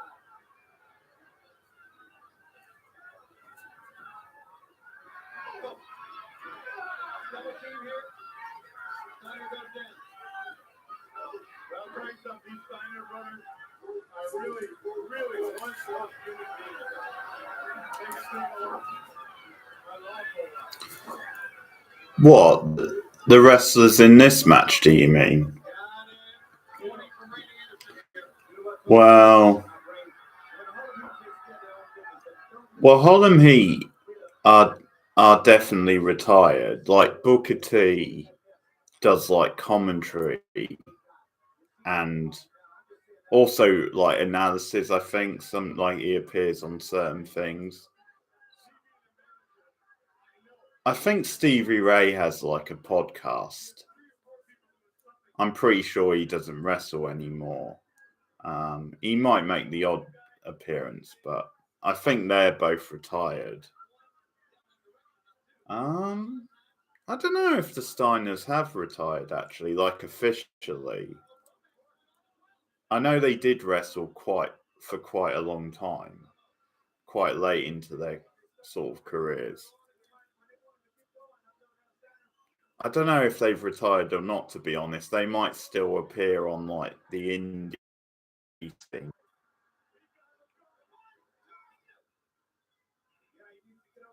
Scott became like a bigger name than Rick did as a singles. Hang on, I just need to pause it so I can catch up on a couple of... So I don't know, you'll have to look the Steiners up because I don't know if they've retired or not. I think they probably make the odd appearance on like the indie scene. So sort of like semi-retired. Whereas Booker, well, he was also a trainer. Booker T's been a trainer as well. And like a commentator.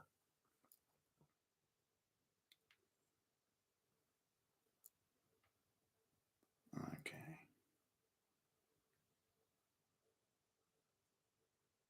Damn it, hang on. I might have to go back a bit. I can't remember what he did there.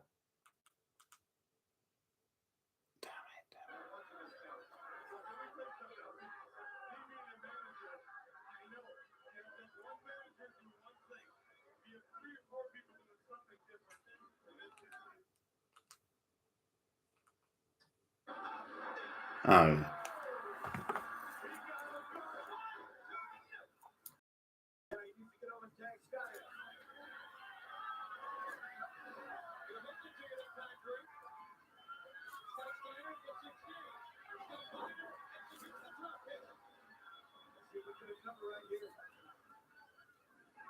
tell you something. Early song was great moves the Steiner did. You got to look at what great moves that Harlem Heat did. They kicked out. They did not get pinned. Forget what the Steiners did. Harlem Heat did a great move. They did not get pinned. You cheaters. Switching in and out without tag. I guess they bent the rules. Right now, Ricky Steiner in there. And still, Randy Anderson chips, nobody giving up here. Well, this is what it's about. When you have a chance in front of these thousands of people here at Sturgis, and in front of the millions of folks watching on pay-per-view, you have a chance to become World Tag Team Champions. That means something. Therefore, you can get in the high gear, but can you use a legal move like that? The question is, can Rick Steiner now continue? I'll tell you what, he took a throw over the top right there. Referee back return. Put him right in the face. This looks bad. In the black heels here. What a style. I'll tell you, right now, a hot WCW. On the main event, no one left. Right here at the pay-per-view, no one is left. They are standing. They are enjoying. Exactly what they're going to do like that one. Saturday night.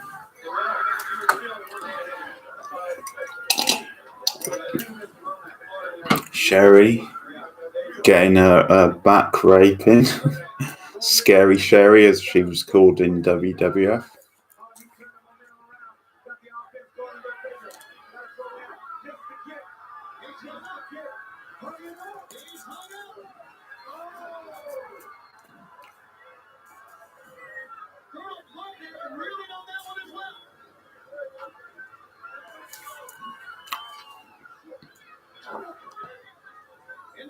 Credit to Harlem Heat, with this sort of crowd, they're still performing to a good standard. This as high impact of a world tag team title match as you want to find. Sun beginning to set here in the Black Hills as we, of course, are 2 hours earlier, really, than you folks watching on the East Coast. We are on Mountain Time here. And I'll tell you what, the sun won't set tonight on WCW. I guarantee you that. That's the question. A lot of people have called that shot. But we are getting close to that confrontation. But you're not going to be satisfied if you're up with this one. No reversal. A reversal. Stop. That's a threat. Her head's falling apart. Well, one has a mustache. One has a moustache.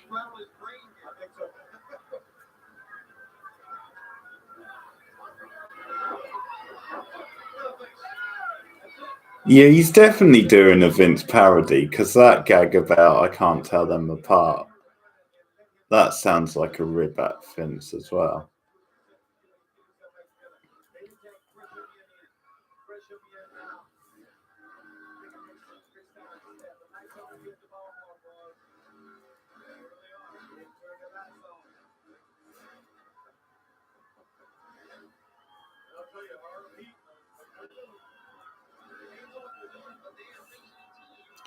So yeah, I think in the comments I actually put the Outsiders against the Steiner brothers. So I screwed up there. I was pretty sure this was the pay-per-view where the Outsiders won the belt, but obviously not.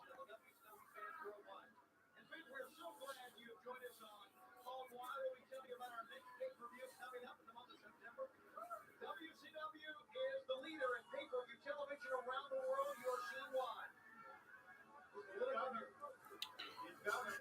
Maybe it's the next pay-per-view. Rick Steiner has to be able to get himself close enough, and I'll say it again, but to make that tag. If he doesn't, the Steiner brothers will not gain the World Tag Team title. Booker T pointing Scott. Takes ahead of Steve and misses Rick. Love Booker's breakdance. Back up. And the jumping axe kick. Had an opportunity. They hot. Yeah, they heat. The heat is on. The heat is on. Look at the muscle of Stevie Ray. Picking up Rick Steiner and a backbreaker. In the short ribs. In the short ribs. In the kidney area. Yes. Yeah, you repeated him then. Tony. That's right. Give me short rib and you say short rib. Yeah, but I didn't say kidney. Okay, we're cool. Pick up and there he goes. In the kidney area. Yes. 1, 2, no. Well, I'm going to tell you what, I have seen more guys tonight kick out from devastating moves, and you know what I think it is, Tony? I think everybody understands the intensity that is involved in Hog Wild and what is at stake. And what is at stake with these guys right here? It's not the new world, I'll say, all WCW. It's the world heavyweight wrestling tag team title. And that's what's being fought for in this matchup right here. It's not just the intensity of Hog Wild. I just said that. I'm on top. It's the fact that missing that time. Rick Steiner rolling away. Rick Steiner, he's popping out the way. He's going to do his reach up, but I'm not so sure he realizes he's there. Gets it off. He got it. Come on, Steiner. Scott Steiner, express. Scott Steiner, it's fist. Yes, I am. Gets the hot tag.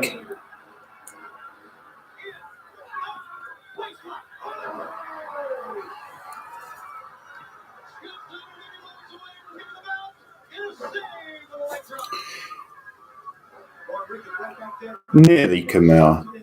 Nearly. Because this was the 10th of August, so 3 days before my birthday.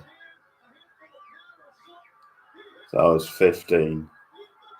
Oh, another screwy finish. What the hell? Oh. Ah. Well, it's still a screwy finish. Oh. Oh, okay.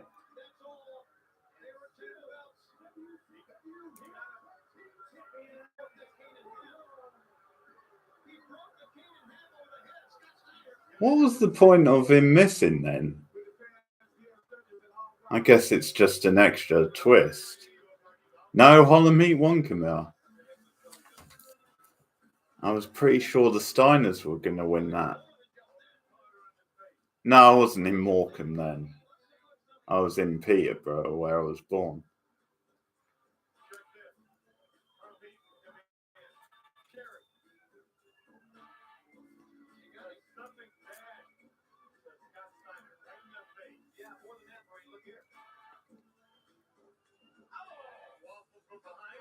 I guess it's because they wanted Sherry Ann Parker involved.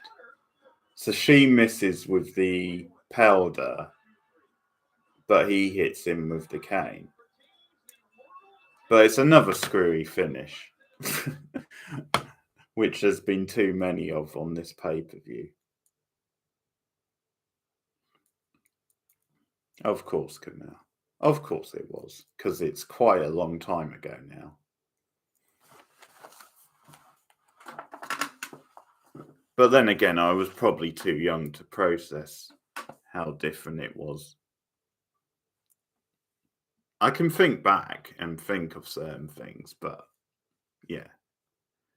When you're that young, you don't think so much about these things.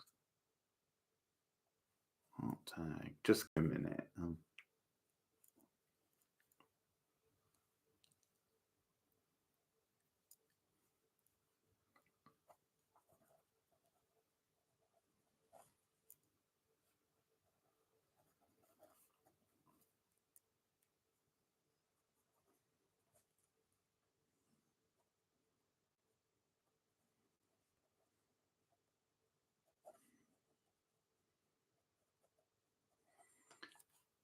See, I don't know how to rate that match because again, the screwy finish and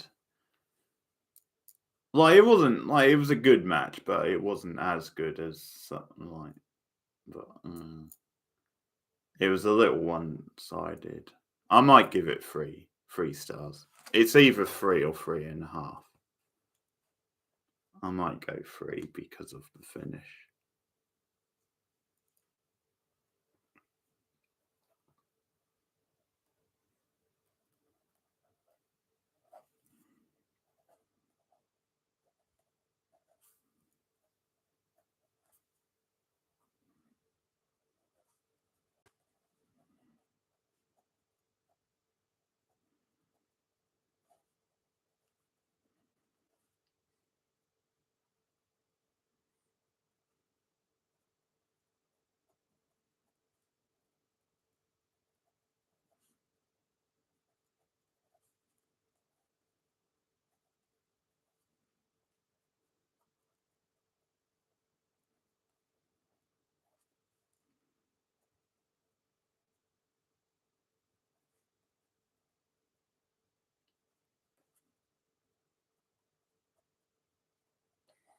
Okay.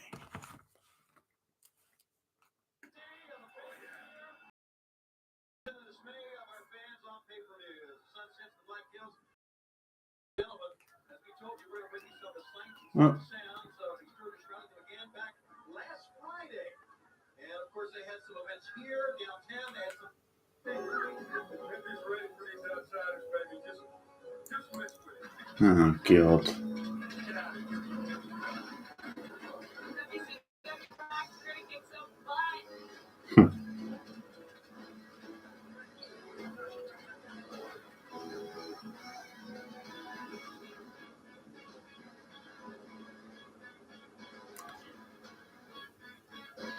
Yeah, you can tell Eric loves his bike.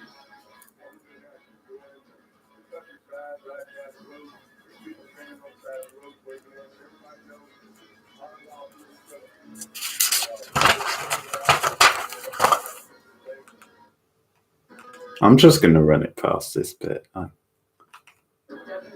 Hog Wild pay-per-view.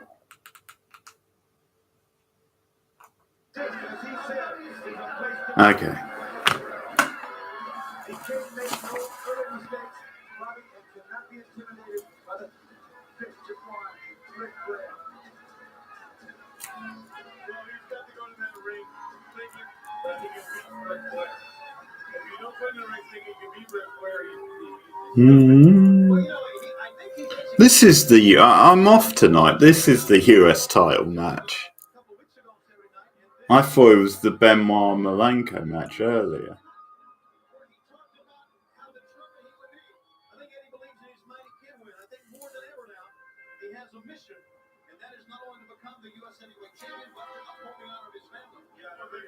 Okay, next match tomorrow, if you want to make a prediction, it's the US title match. Chris Benoit against Ric Flair. Not Chris Benoit, shit, that was earlier. Eddie Guerrero against Ric Flair.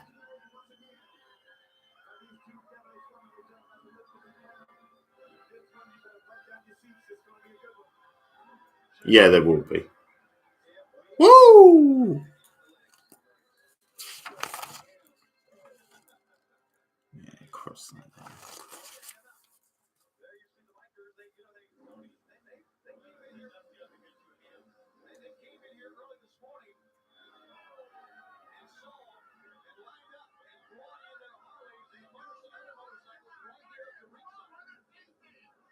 Woo!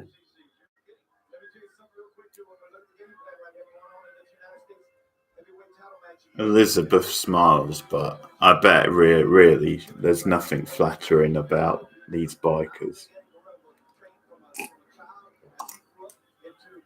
Okay, are you going for Eddie?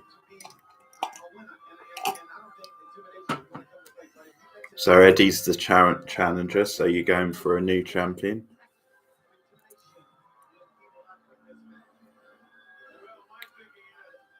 Should be another good match. We've had a hell of a card. This is like the 5th or 6th match, and so far there's only been one bad match.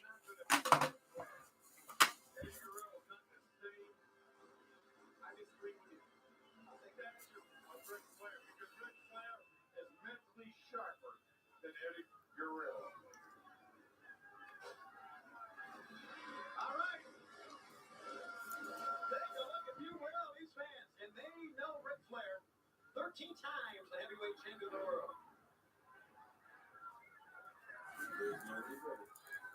Then Eddie Guerrero, Ric Flair here. No, he was terrifically on both of them. Okay, so let's talk Woo! Guerrero's not going to back off. And we're talking about no intimidation here. Guerrero, Flair, U.S. title on the line. This has to be, without a doubt, the most important match in Eddie Guerrero's career, Greg. Yeah, I would say so. I think he was ready to do this. I think he was ready to do this. I think his family,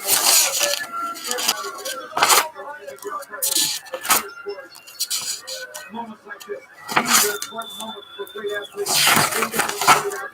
But Ric Flair has been there with an equally great athlete than Eddie Guerrero.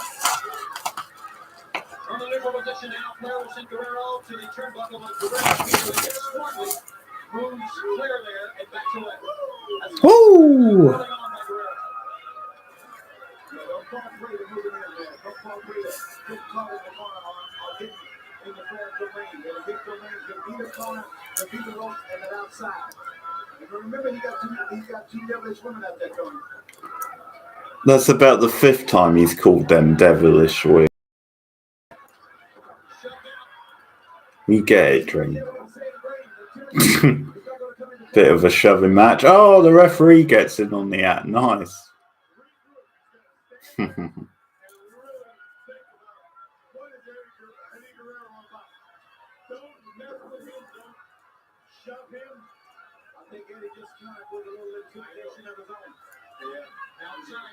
Flair seeks refuge with the ladies. Liz pushed the ego a little bit on the outside. And Eddie will have none of this, buddy. He is there to play. Yeah, you see Eddie Guerrero needs it. Eddie Guerrero is that kind of a guy that sees the people behind him. He needs that emphasis on winning. Look at that. Look at the eyes there, Tony. You talking about that, Tony? Woman standing by a man.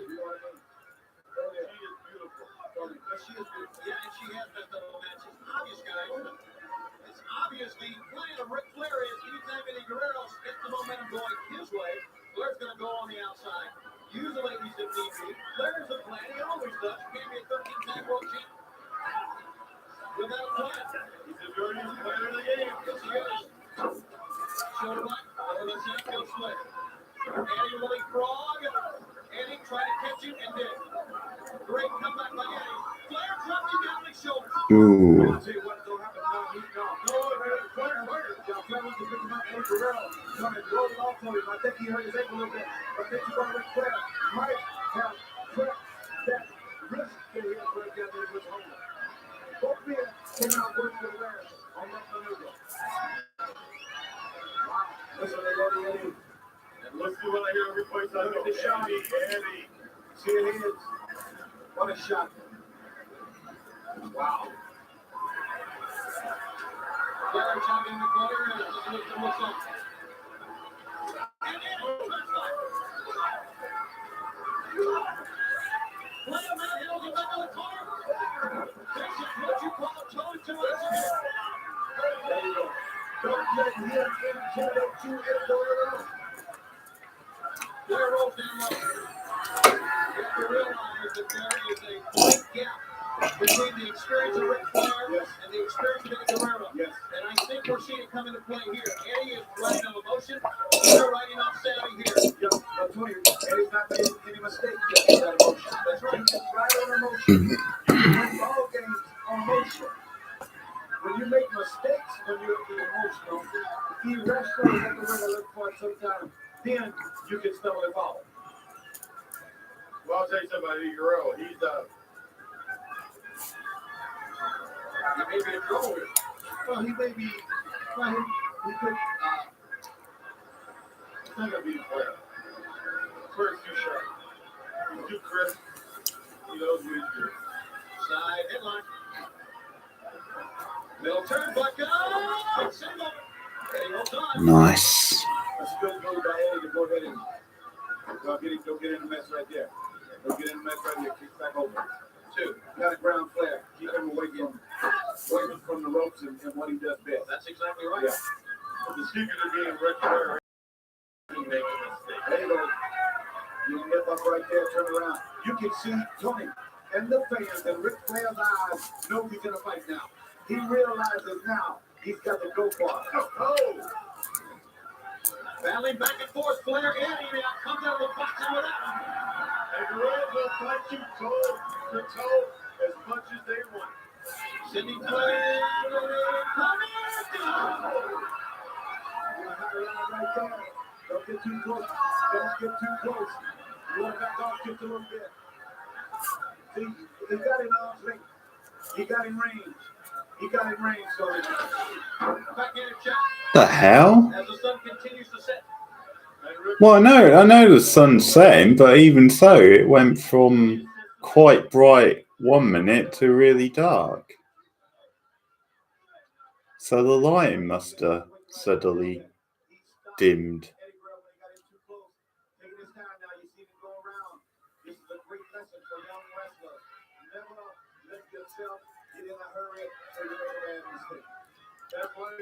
This is a masterclass of how to work the crowd from Flair.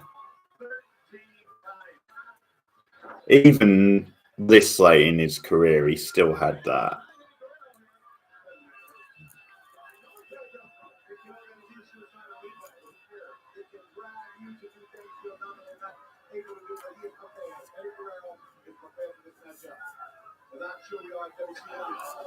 Whoa!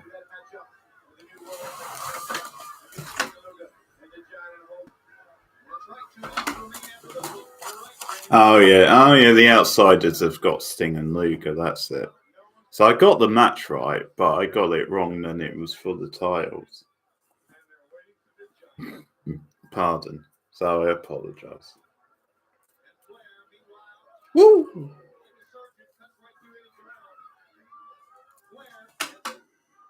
Dusty, I know you'll be one to tell us. People who have wrestled Ric Flair will say that his chops and his blows are some of the hardest and most precise he was wrestled. Yeah, that was a minute. Now go ahead and throw it in. That was a minute. Now I went home with a crimson chest. 9, 10, 11. He needs to get away from him, though. See? Woo! Himself in too close. Woo! Getting a dose of his own medicine.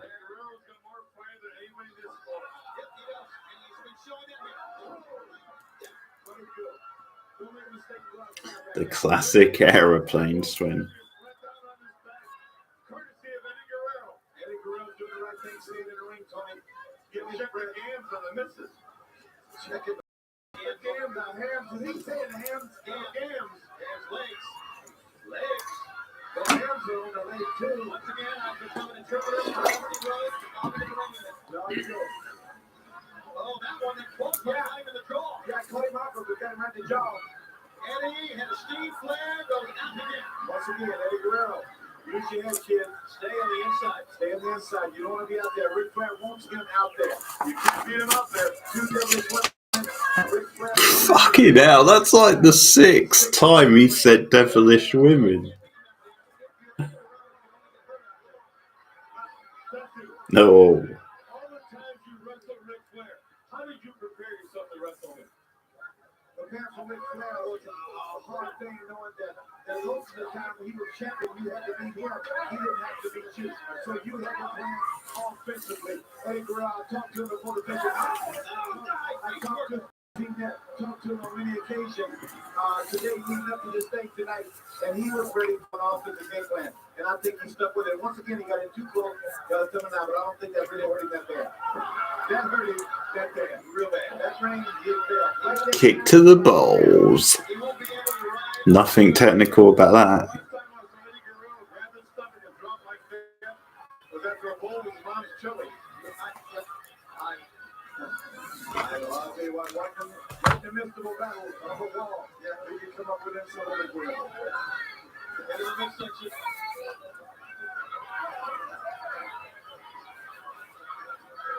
Back up. The attack by Flair on the ropes. Missed an elbow. Eddie.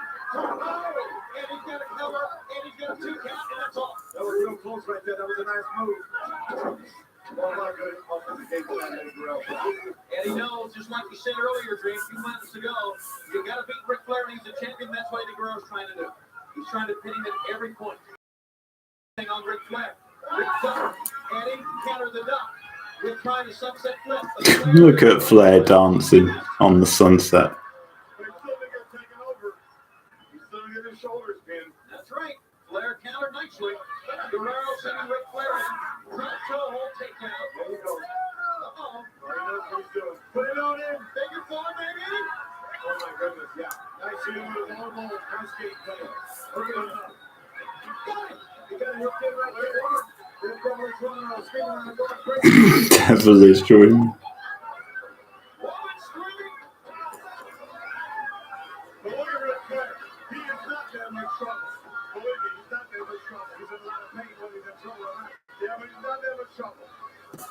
He's not rolling yet. If he starts rolling, then he knows he has to get out of it.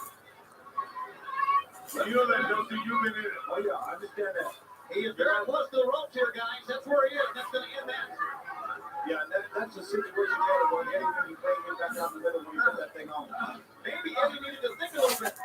Flair did not let go of the figure 4 on Chavo Jr. Eddie should have held out at the end of the 5 count. Look him up there. 1, 2, we got him. Boy, I tell you what, he was so close right there. That was a Frankenstein off the rope. Flair. Oh! Boy, they still got him back. I'll tell you something. Eddie Guerrero has taken it to this band. Yes, he has. 15-time world champion Ric Flair. Eddie Guerrero has taken it to this band. And it's all for the United States Heavyweight Championship that Flair currently holds. 1, 2, and Flair showing us one of the reasons why And no one's trying harder than Eddie Guerrero tonight. That's right. And one of the reasons is his reserve.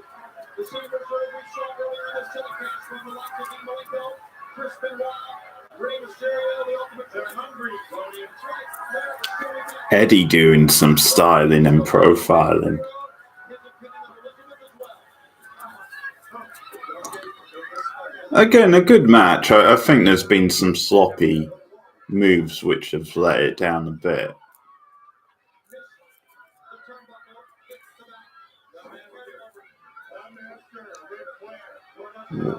You know you never get this.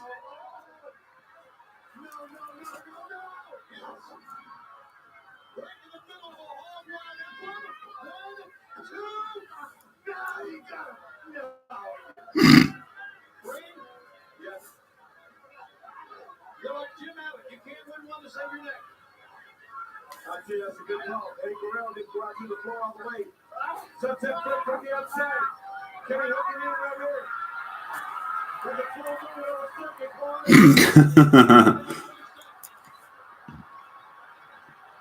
I've never seen a smile like that. I mean, it's like that. 1 by 1, 2, no!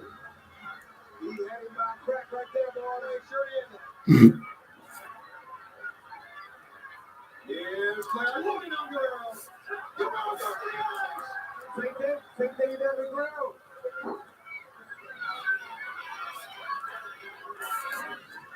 He's got him.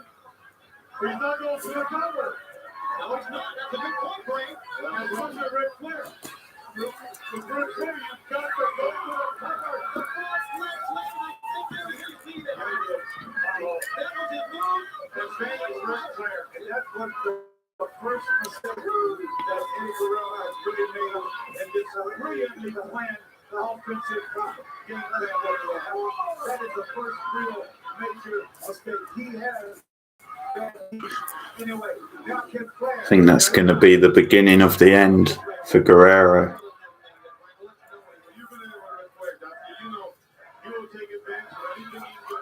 Oh, maybe not. Oh, that clothesline looked good.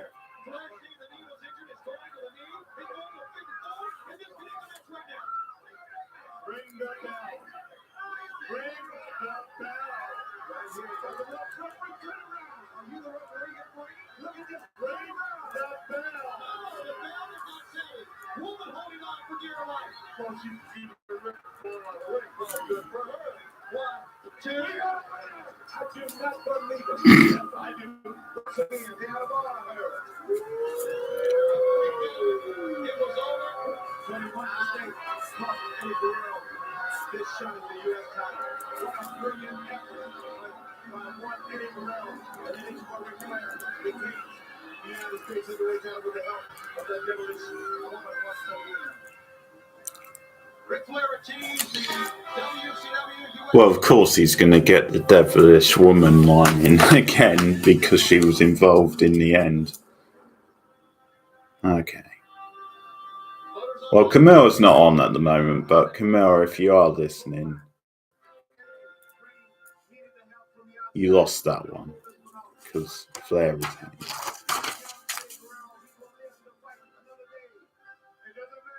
But you got 2 more chances. I thank you very much. Look at that sight. Also, the sun about to set over the Black Hills here to the west of us at WCW's Hog Wild in the 56th anniversary of this gigantic rally. With me right now, the WCW heavyweight champion of the world in this beautiful setting. I'm talking about the Giant along with manager Jimmy Hart. A little bit later on tonight, a title defense. We talk about the sunset, but some say the sun may be setting on World Championship Wrestling because of the New World Order, Jimmy. Hogan, tonight's a chance for you. Don't trip and fall because nobody's going to be there to pick you up. We talked about this earlier on the live show on TS. You're going to be facing Hulk Hogan. Here's a man that you idolize. What is going through your mind as we speak at this hour? What's going through my mind right now is a long history of betrayal. When I was a kid, I was by far the biggest Hulk Hogan fan in the world. And I saw your true colors way before the rest of the world did. When you came out on Nitro and you told the kids and the fans of the world to stick it, you reminded me of the pain you caused me. Well, believe me, Hogan, tonight in Sturgis, I'm going to be the one to stick it. I'm going to stick my hand right around your neck. Ooh. I'm going to squeeze your eye pop, and I'm going to drive your neck right through the ring. Hogan! Oh, God. Ashes and dust to dust. Tonight, I lay the holster to rest. Oh! Well, that is setting the scene for the big headline collision. As you know, the NWO, the New World Order, is very prominent here tonight. We're going to be seeing the outsiders in a moment as they face Lex and Sting at the big title defense for the Giant as he defends against Hulk Hogan. It's a very special evening, a very special event, one of the greatest I could ever recall in World Championship Wrestling history. With that, let's get you back to the ring and the landsman, David Pitt. All right, as David gives us the ring introduction, ladies and gentlemen, we have come to the point in our program to where the butterflies start to really kick in here, Grant, because we are to the point where we have matches that are between participants from WCW and participants from the NWO. Now remember, and I really think this, the strength of the New World Order lies in the fact that they need to continue to destroy WCW and get people within their organization. New World Order. New World Order.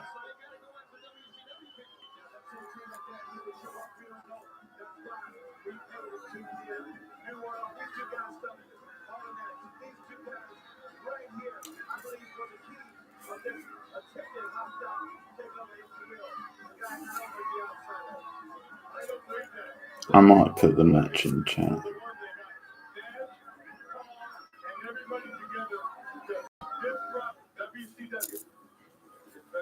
So you think Hogan had a plan for the are you kidding? I know Hogan from day one. Do. Whoa. What do you mean? Somebody from maybe we don't know about? Yes, that's what I said. Somebody within yes.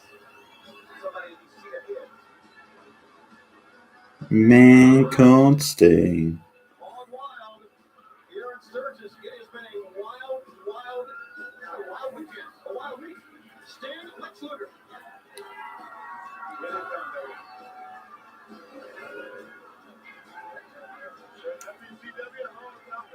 He looks good.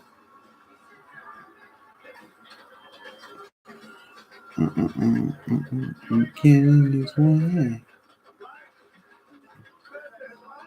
He's a man can't stay. He's a man can't stay.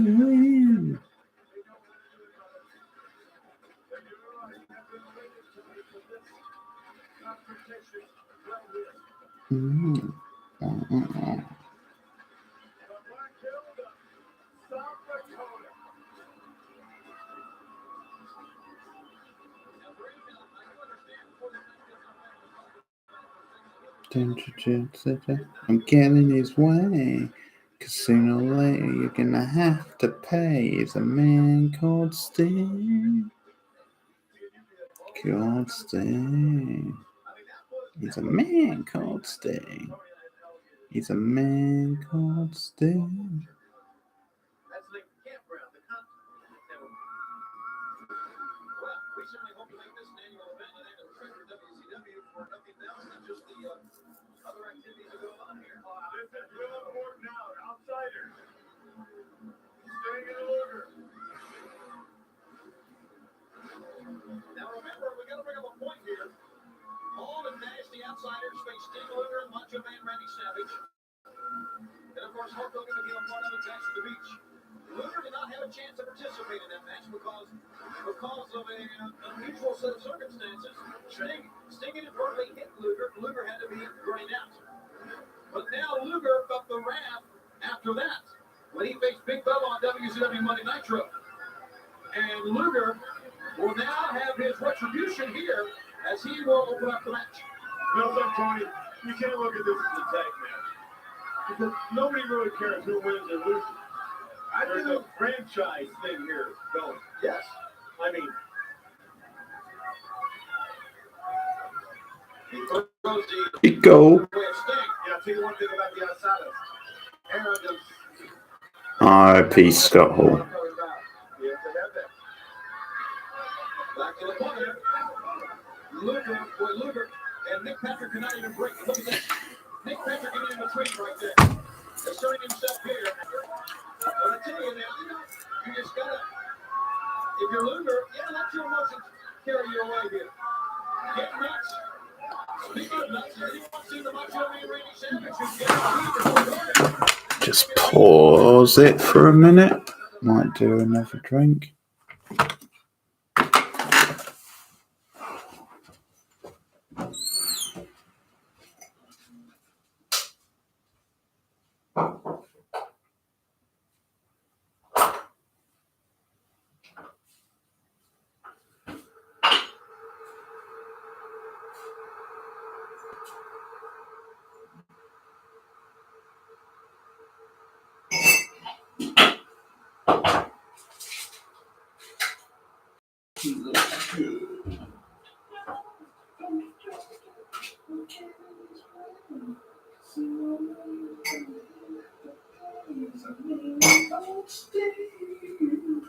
He's a man called Steve.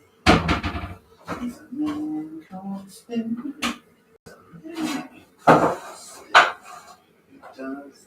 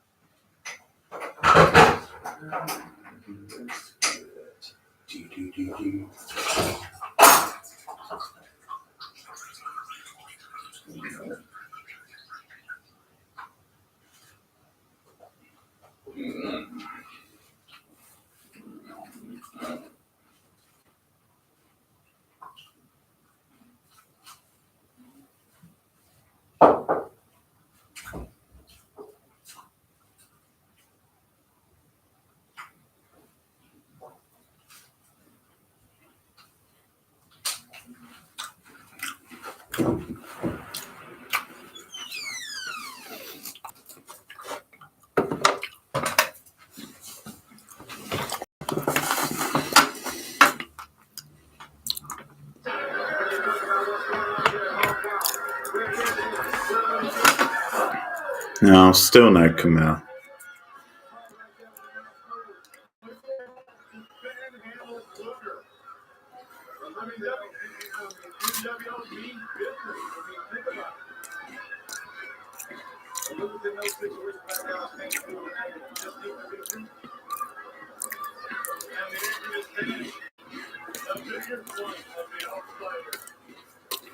Oh my goodness. And a good look at Shane Dusty. You coined the term the franchise in WCW. And he said on this WCW Saturday Night Pregame show that he was born and raised right here. Many men exemplifies the determination of World Championship wrestling over the years. It's Sting. As he looks on, his partner Luger being humiliated here by the outsiders. We expected this though. They would try not only to win, but to injure and humiliate World Championship wrestling. Yeah, but I'm going to tell you what, they can go ahead and the way this thing is started to where it's a kind of look-see situation. Yeah, Sting and Luger obviously are prepared for this, and they need to go ahead. That doesn't really add up, Tony. He's applying a wrestling hold in a wrestling match.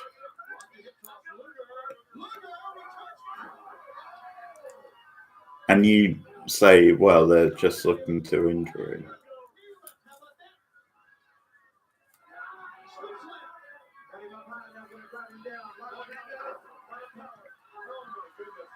Oh, there you are. Hey.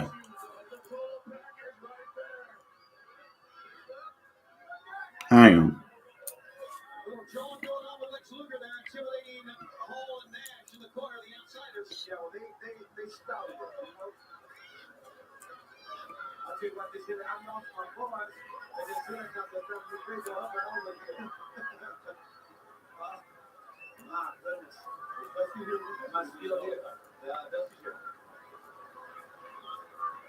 Okay, so it's the outsiders as Lex flexes those breast muscles. It's the outsiders against Lex Luger and Sting, if you want to make a prediction.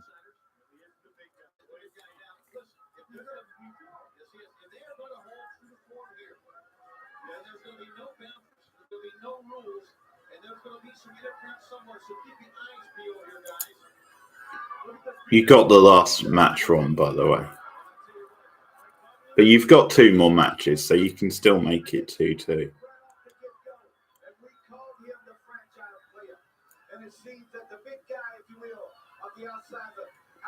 Ooh, Sting's not going to take that. And Sting will go for you 100%. He'll just. Sting's going to right there. He'll just walk around, slow down, and return fire here. But he'll charge at you.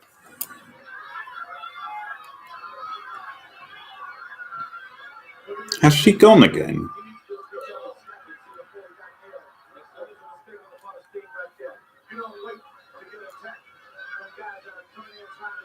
What are you doing, Camille? I'm talking to you. Pay attention.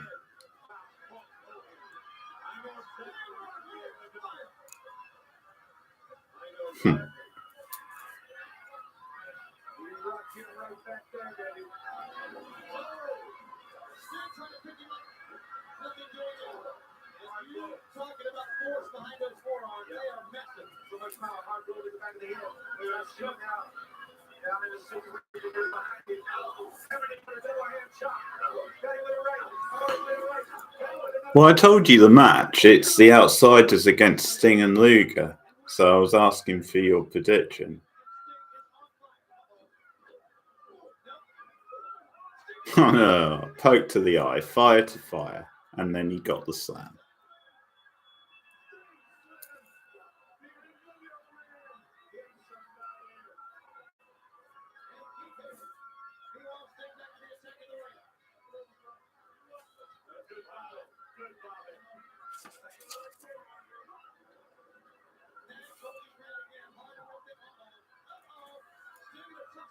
She's bloody gone again.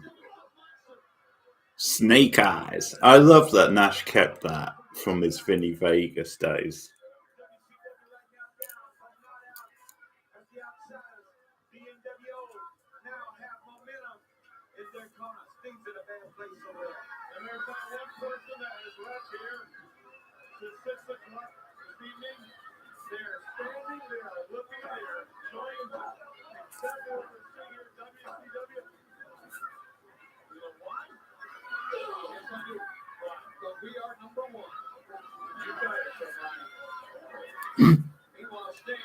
Shivani.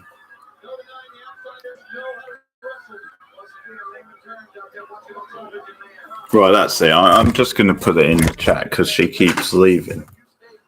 Must be her idea of a joke.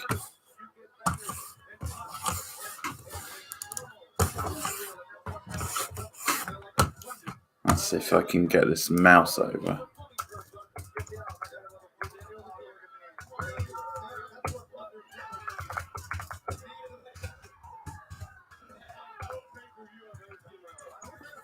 There's the match.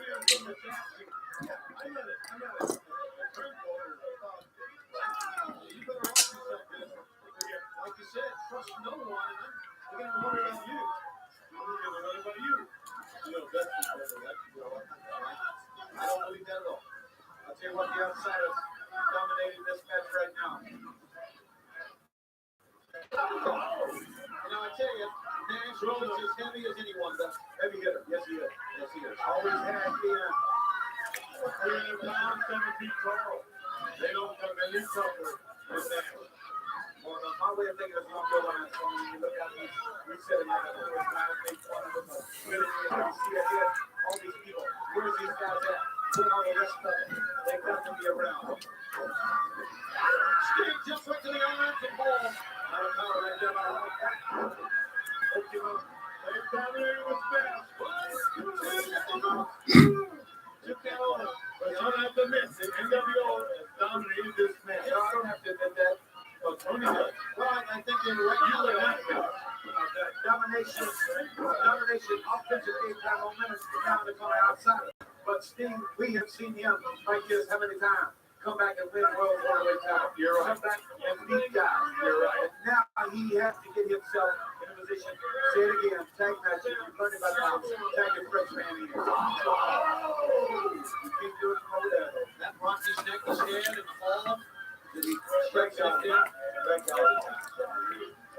That's pressed from all over the world here. As you can see, a little bit more hostility than usual in the rest of the match. I'm gonna say I'm pretty sure the Outsiders will win this, just because I think they'll want to keep that heat going with them.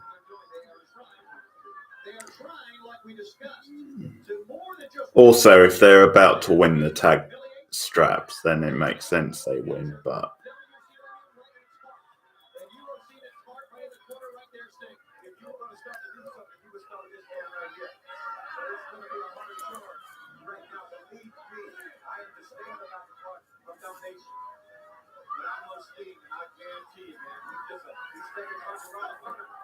He paid for it too. They had cut your reload on the outside. They cut this reload and make this thing almost impossible for him to make a tag to the fresh Lex Luger Tool Pepper.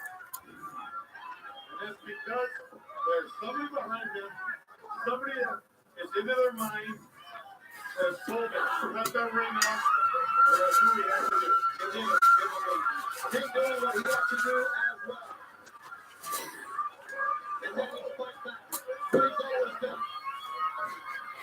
Right hand. He's a great right now, baby. Sting fighting for all his work, giving everything he has.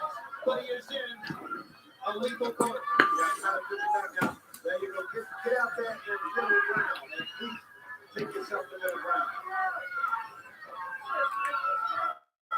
Front face line applied back to the neutral corner of the big guy Nash. 300 pounds to the corner. And a right hand, forearm shot, side of the head. Heavy forearm shot. In, no, close line left. They both ride. Sting got hurt as well. oh yeah, Sting did this spot a lot. I hate this spot.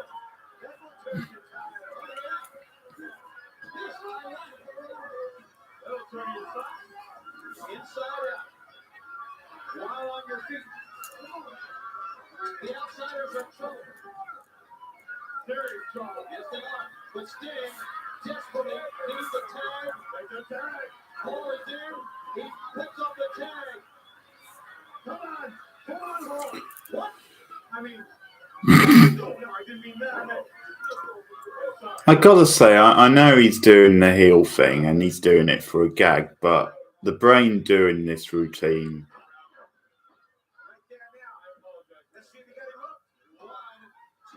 is a bit off-putting because it's sort of, it's not really selling the NWO gimmick in a way.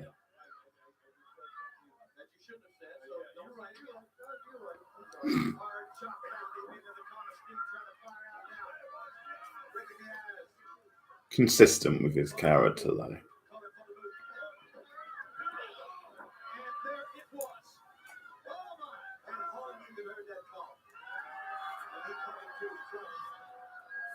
But he's wasted too much time.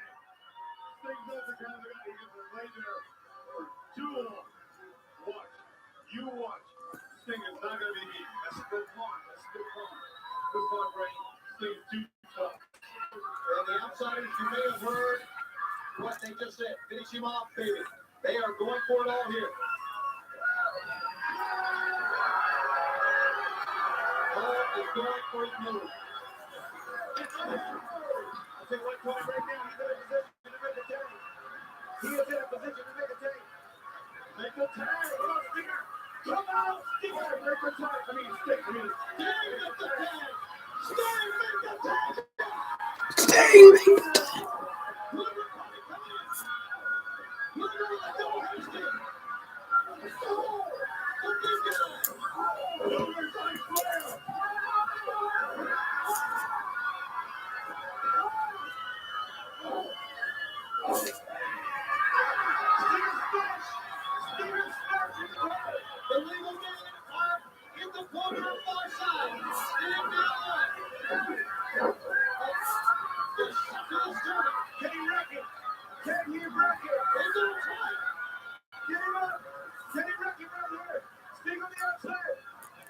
There's two different matches going on here. Right here, Scorpion on the outside. We see Steve right here on this side with the Scorpion on. He released the record joint. The Scorpion down low. And maybe. Oh, this is a nice spot. Oh.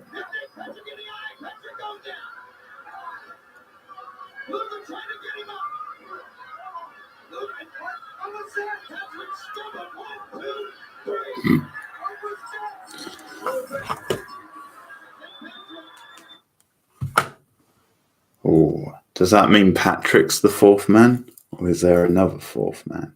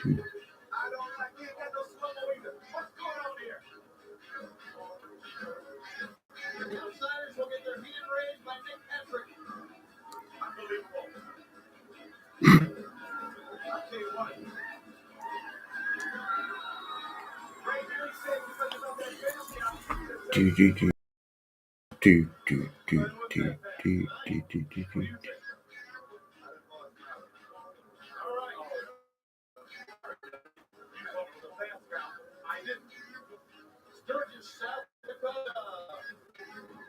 Live coming your way as we are in the Nightfall now, of course. I mean, right on Main Street, they have a place on Main Street where they line up the Harleys on both sides. And 250,000 people. Look at this. More than that this year. Yeah, throughout these mountains. Friday, Hog Wild. Good. I believe the school is almost back in. And I'm sure the youngsters watching our telecast back home didn't like the sound of that, but it is. And that means that fall is almost here. And Black Hills. And the Black Hills in the background. And when you think of fall, you think of Fall Brawl and War Games, the match beyond. Look at the golden sky. Would you please? gorgeous here. This has been wonderful. It's been great. It's been a pleasure to bring you these matches, and I'm very, very disturbed by what we have seen here tonight. As far as the outsiders are concerned, scoring a victory over Sting and Lex Luger, what would you expect? Keep it in mind. Keep this in mind as we are set to go with the matchup. And our final matchup here at Hog Wild, they may have defeated Sting and Luger, but they didn't take them out. They did not end the match as we go to Michael Butler. Ladies and gentlemen, welcome to WCW Hog Wild here in the very heart of America, the land of Crazy Horse, Mount Rushmore, and the Badlands, and of course, the home to the 56th Annual Assembly of the World's Greatest Fighters, Sturgis, South Dakota.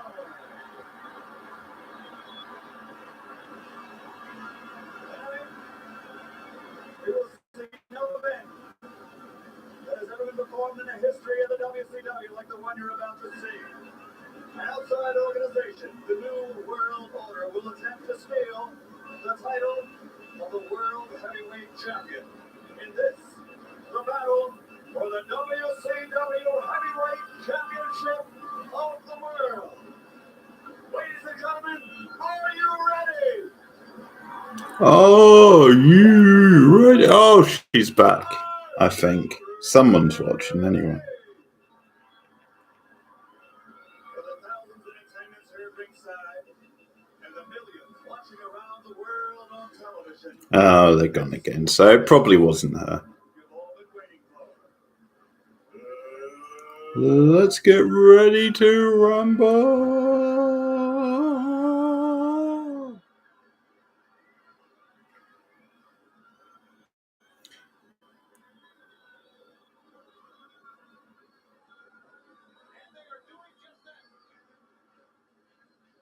I don't care what anyone says. Stroke of genius getting Buffer to announce these big matches.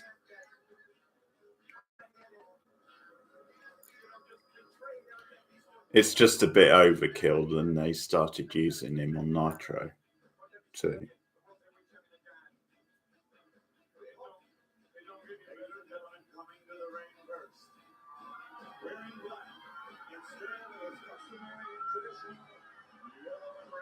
Jeez.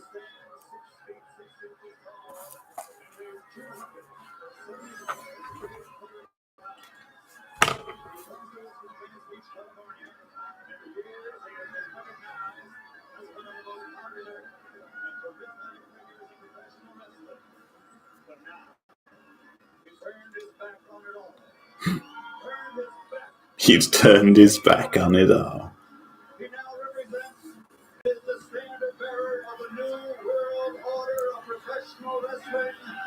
Ladies and gentlemen, introducing the challenger and former heavyweight champion of the world, Mr. Hollywood Hope Hogan.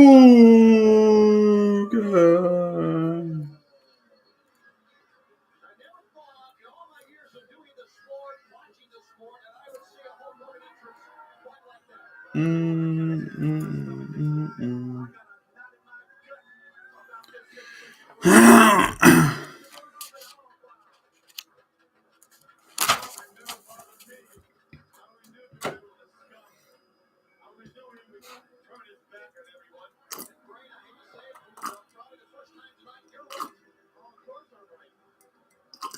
Look at this. 300,000 fighters in Sturgis. Now, coming to the ring in the company of his manager, the legendary Mr. Jimmy Hart. We have the most imposing middleweight specimen in the history of all sports. 7 feet 4 inches tall. 151 pounds. Also known as this member of the Dungeon of Doom. It is without a doubt considered to be the most dangerous man on the planet Earth. Ladies and gentlemen, presenting the WCW Heavyweight Champion of the World.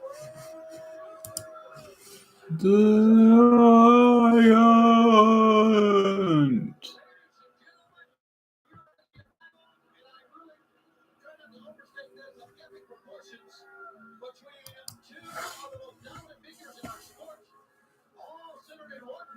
Sturgis, South Dakota, at the Sturgis Rally Hog Wild.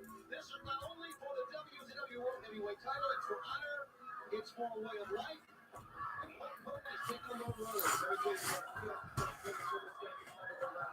Hogan outside. Trying to give him, good things right to the Giant. One has to be going through this young man. Here he is, Sturgis, South Dakota. Millions of people walking around the country, knowing that he is carrying the torch, if you will. The torch, if you will. Bobby the Brain. In the history of this sport, this thing right here needs really. Where's last night's live stream? Did the fuckers take it down? Oh, looks like it. How annoying. He bet. Doesn't matter too much. Might have to appeal their candy asses though.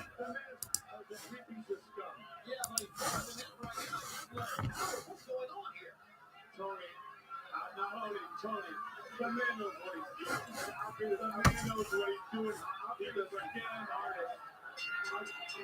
I'll do the thing right here. Hogan truly is trying to play a memory game right now with the Giant. The Giant cannot get out. Knows what he's doing, brother.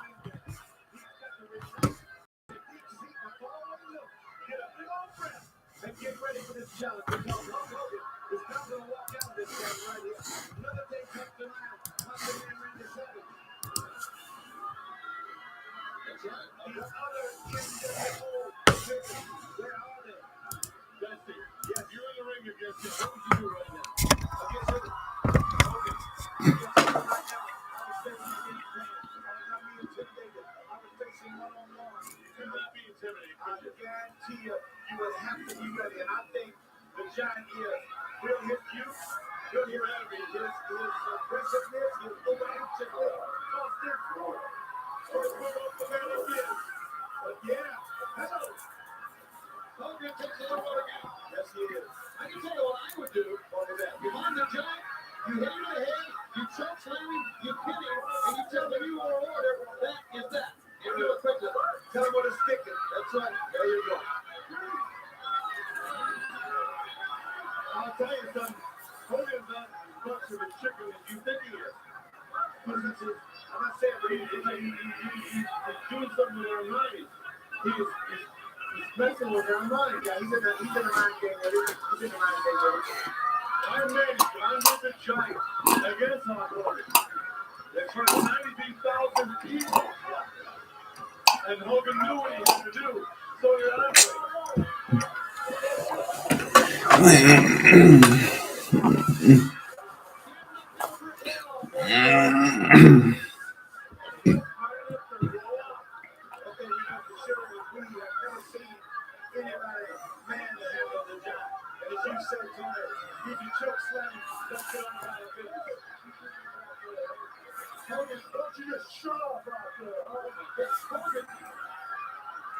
Did you ever think in all your years that you would ever hear Hulk Hogan say that to fans? No, you're right.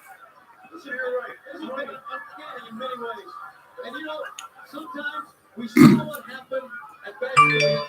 We saw what happened progressively at Nitro and how he was, but still, a lot of times it doesn't sink in until you see him come to the ring and laugh, until you see him say what he said to the fans. It's incredible. It's mind-boggling, but it's for real. The Giant putting down. But see, Hogan is kind of, he always rolls out of the ring. He's been in this business so long, he realizes you can't beat him on the floor. Yeah, but even the smartest, even the most savvy veterans like Ric Flair, they do not want on the ring after every move. I like Hogan's black gloves. That's a touch.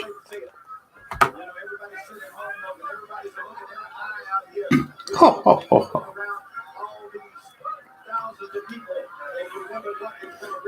Probably apart from the Norton Ice Train match, this probably is the weakest match, just as a match. Unless it improves. So far, I would say that. It's good for like the crowd heat and the storytelling, and it's job done in terms of getting the belt on Hogan. But as a match so far, it's kind of lame.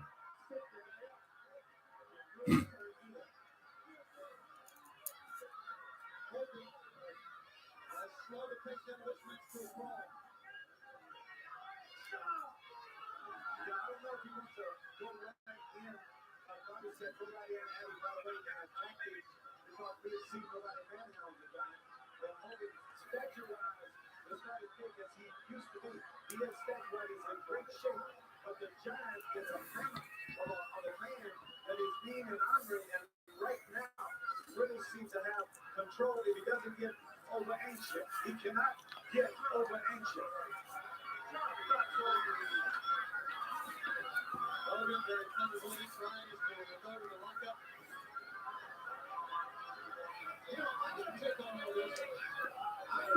It's a bit like Hogan Andre, but on a slightly smaller scale.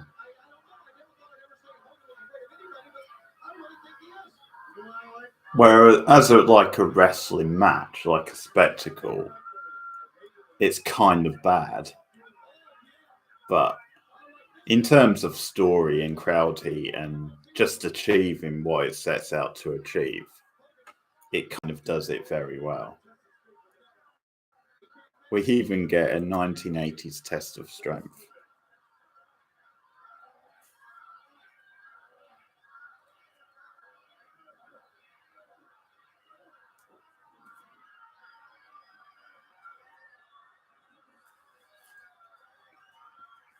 Sometimes you just got to sit back and take a look, man. This thing is a spectacle without a hair. I'm telling you, you just got to sit back.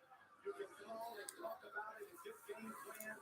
Talk about people being scared and running. But just sit back and take a look. Just unfold in front of your eyes.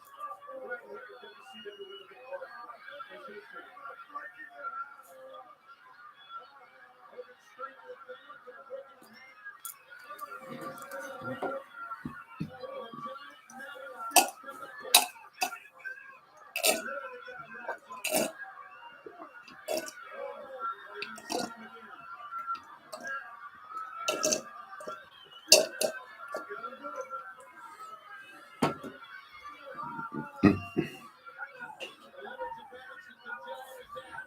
Come on, baby.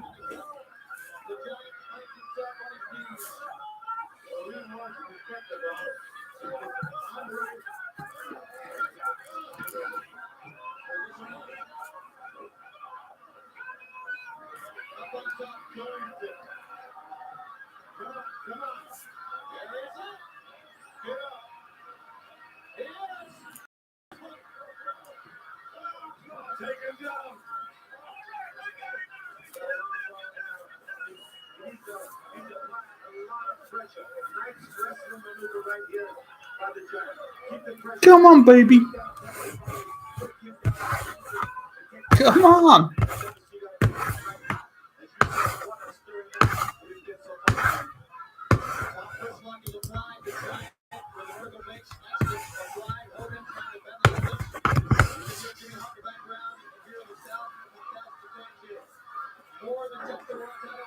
There's a few Hogan chants. He pulled him by the hair.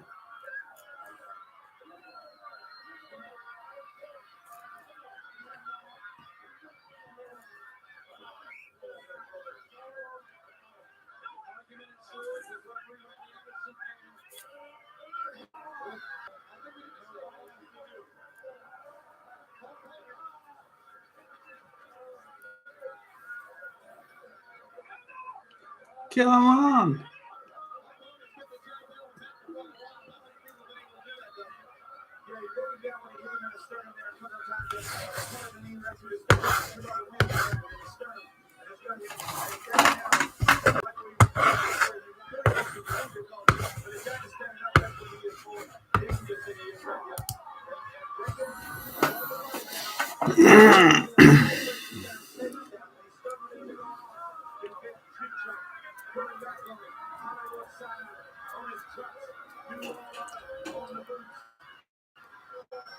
And the world title, as you look at the face of the champ, that the giant has held for many months.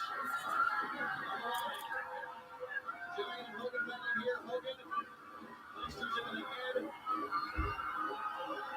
Let's have the real one here. Again, to a fucking great crowd and a great bunch of wrestling fans here of WCW watching this event. And Lord, let's go.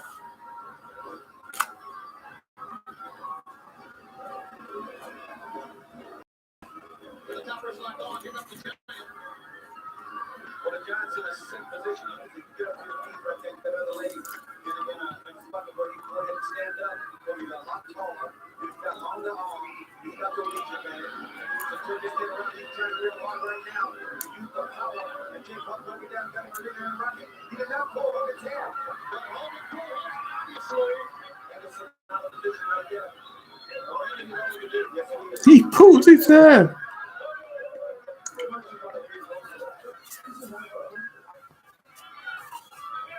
Yeah, he's been around all the business.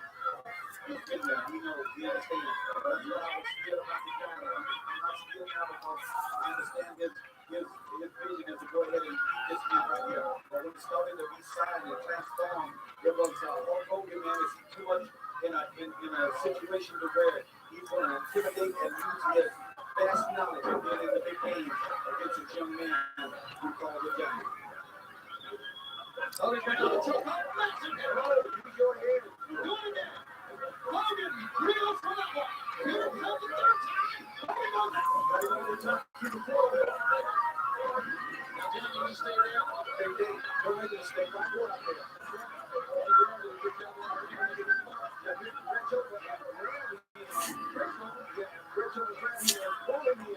That's a different story. That's a house. Trying to throw this one in the front.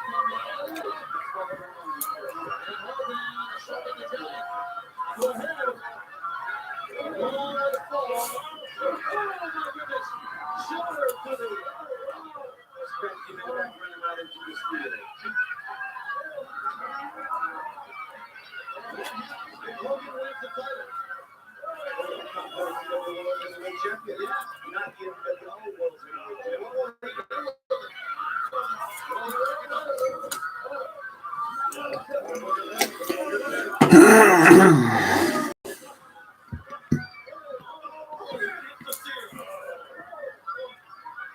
Loaded in the ring now. He's in there for you. That's your job done. Get yourself mother in there now. Everything you see all over not going to the ring, not the demeanor, not the way he was wrestled here tonight. Hulk Hogan, that's right. Hulk Hogan was always been known for his hard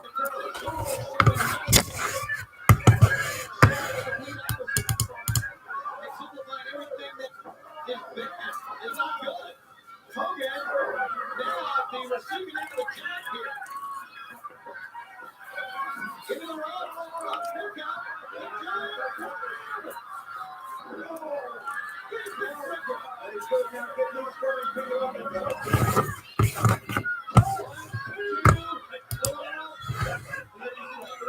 Come on.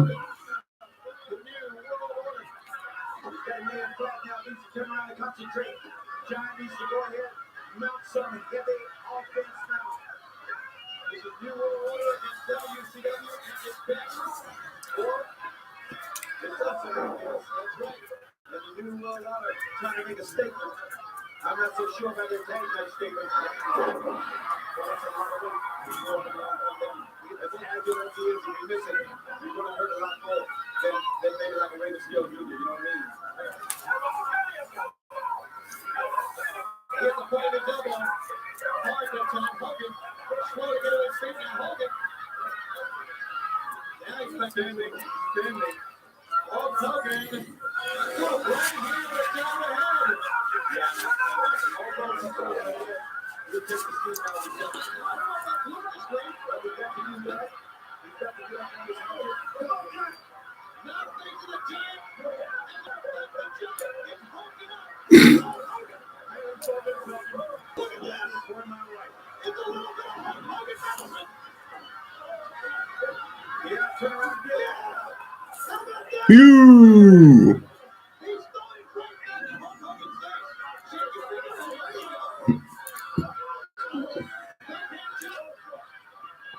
Oh, big chops.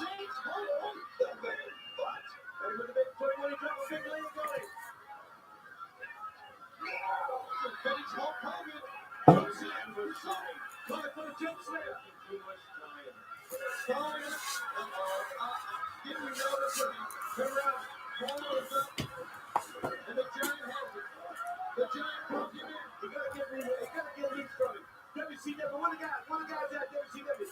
I'll see Nash out here now. Nash has the megaphone of Jimmy Hawks. And we're gonna get choke slam on Hawk. Here it goes.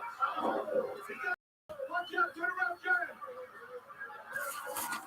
The referee trying to get Hall out. He gets kicked. The megaphone goes down. Choke slam. They got a choke slam. Hit you. That's the megaphone. Choke slam and Jack getting Nash. What is the thing? He got a one time. He let him out.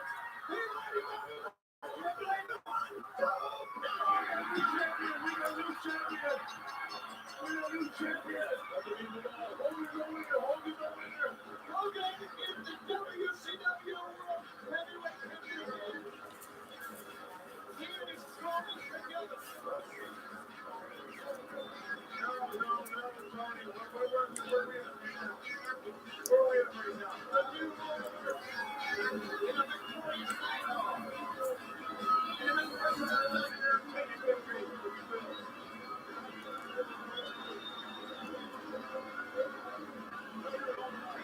Well, I don't know if they're happy or sad about that result. I don't know. It's hard to tell when they're revving their engines. Quite a lot of cheering, so maybe they don't know that Hogan's turned heel.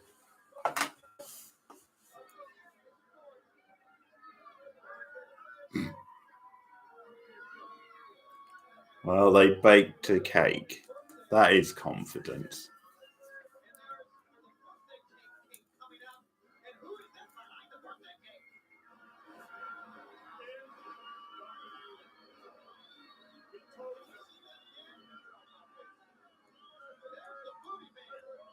The Booty Man.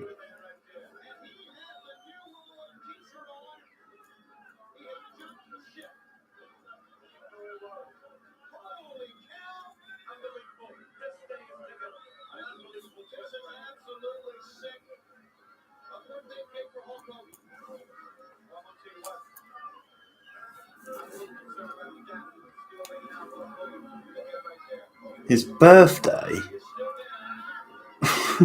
Why do they have to make it his birthday? Surely they could just do a cake because they were expecting him to win the title.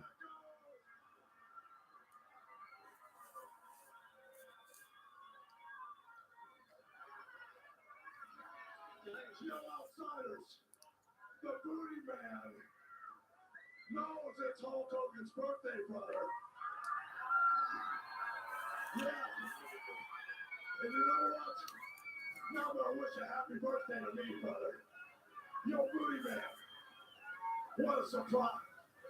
Hey, folks, I just want to say, first of all, congratulations on being the new NWO World Heavyweight Champion! You're the WCW Heavyweight Champion. Very simply put, that is a falsehood right there. It's just like that. It's my pleasure to wish you, brother, a happy birthday in front of all these people at Stargate. Well, let the members that let you do me a deal. Yeah. And last but not least, I just want to put my hand out and thank you for being there for me for 22 years, man. Congratulations, champ. Well, we have a real something, Booty Man. I love you, man. Like you're my own blood. You know something, man? For 20 years, brother, you and I have been hanging together. And to have you here with an NWO shirt on is something special. But you know something, brothers? Now that I'm the champion in Denver, Colorado, Ric Flair is going to get the beating of his life, but you know something? There's something we all got to learn here, man. The reason the NWO is so powerful, the reason we're going to make Ted Turner look like a second-class citizen, we're going to wipe out the WCW, is that we never mix business with friendship or pleasure. And you know something? Ric Flair, we attacked the WCW for a reason, not because Arn Anderson was there. And so you showed your down card, brother. You got a soft spot, dude, for Arn Anderson. Well, this is my best friend here. And the one thing he's been driving me crazy about is the NWO, man. And now that we've got the mission accomplished, we want to tell you one thing, brother. We never, ever mix business with friendship, but this is a special occasion, man. And we got a surprise for you. You know what, brother? We got a surprise. Hold on. What in the world is going on? Get him, boys. Let's get him. Can you believe this? Unbelievable. Oh, yeah, unbelievable. That's the truth, Tony, right there. This is what the NWO is all about. Backstabbing, lied, making examples of people. 20 years, he said you've got a best friend. Let me tell you something, Ric Flair. That is business, brother. And that was my best friend. If I'll do that to my best friend, what am I gonna do to you in Denver, Colorado? The NWO rules, brother. Opponent is a very dangerous second individual. Oh, you're bet on that. He's a very dangerous individual. What's this? What's that? Oh, that's spray paint. Oh my God, they're gonna spray paint. I cannot believe this. This is unbelievable. Somebody needs This is turning my stomach right now. They are spray painted. Tony, you get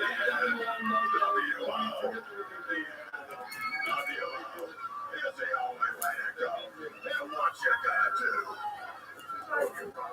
This is scary, ladies and gentlemen. The NWO in the most triumphant moment. They suckered the Booty Man to bring in the kid and the kid.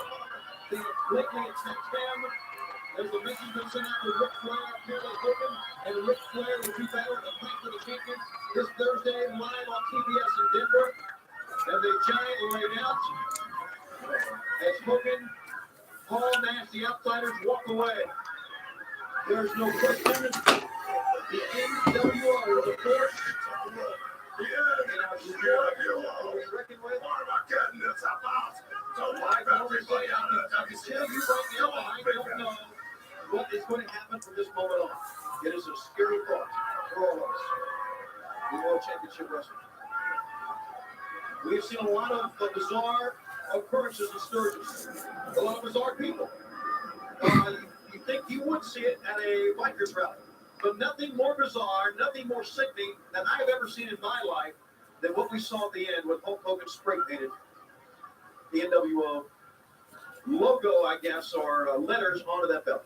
Well, Tony, you can talk about it any way you want. You can split it up and you can dissect it.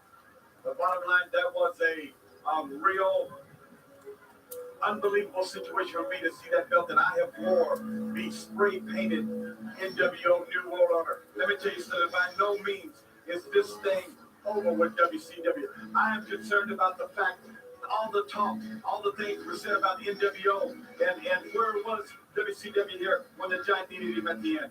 For Gene Okerlund, for Bobby the Brain Heenan, and for Dusty Rhodes, I'm Tony Schiavone. We'll hear what you have to say. Wait.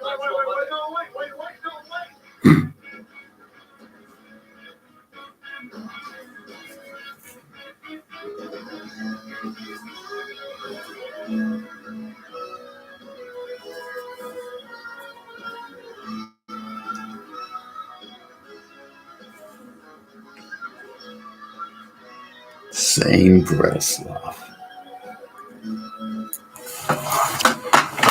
Okay, next stream on this channel will be the weekend, and that will be my first SummerSlam watch of the month. I will be watching SummerSlam 94, and that will be this Saturday around about the same time. Thanks for whoever dropped in tonight. Like and subscribe as always. Share me out. Let me know in the comments what you think of this show. and I'll see you guys again soon.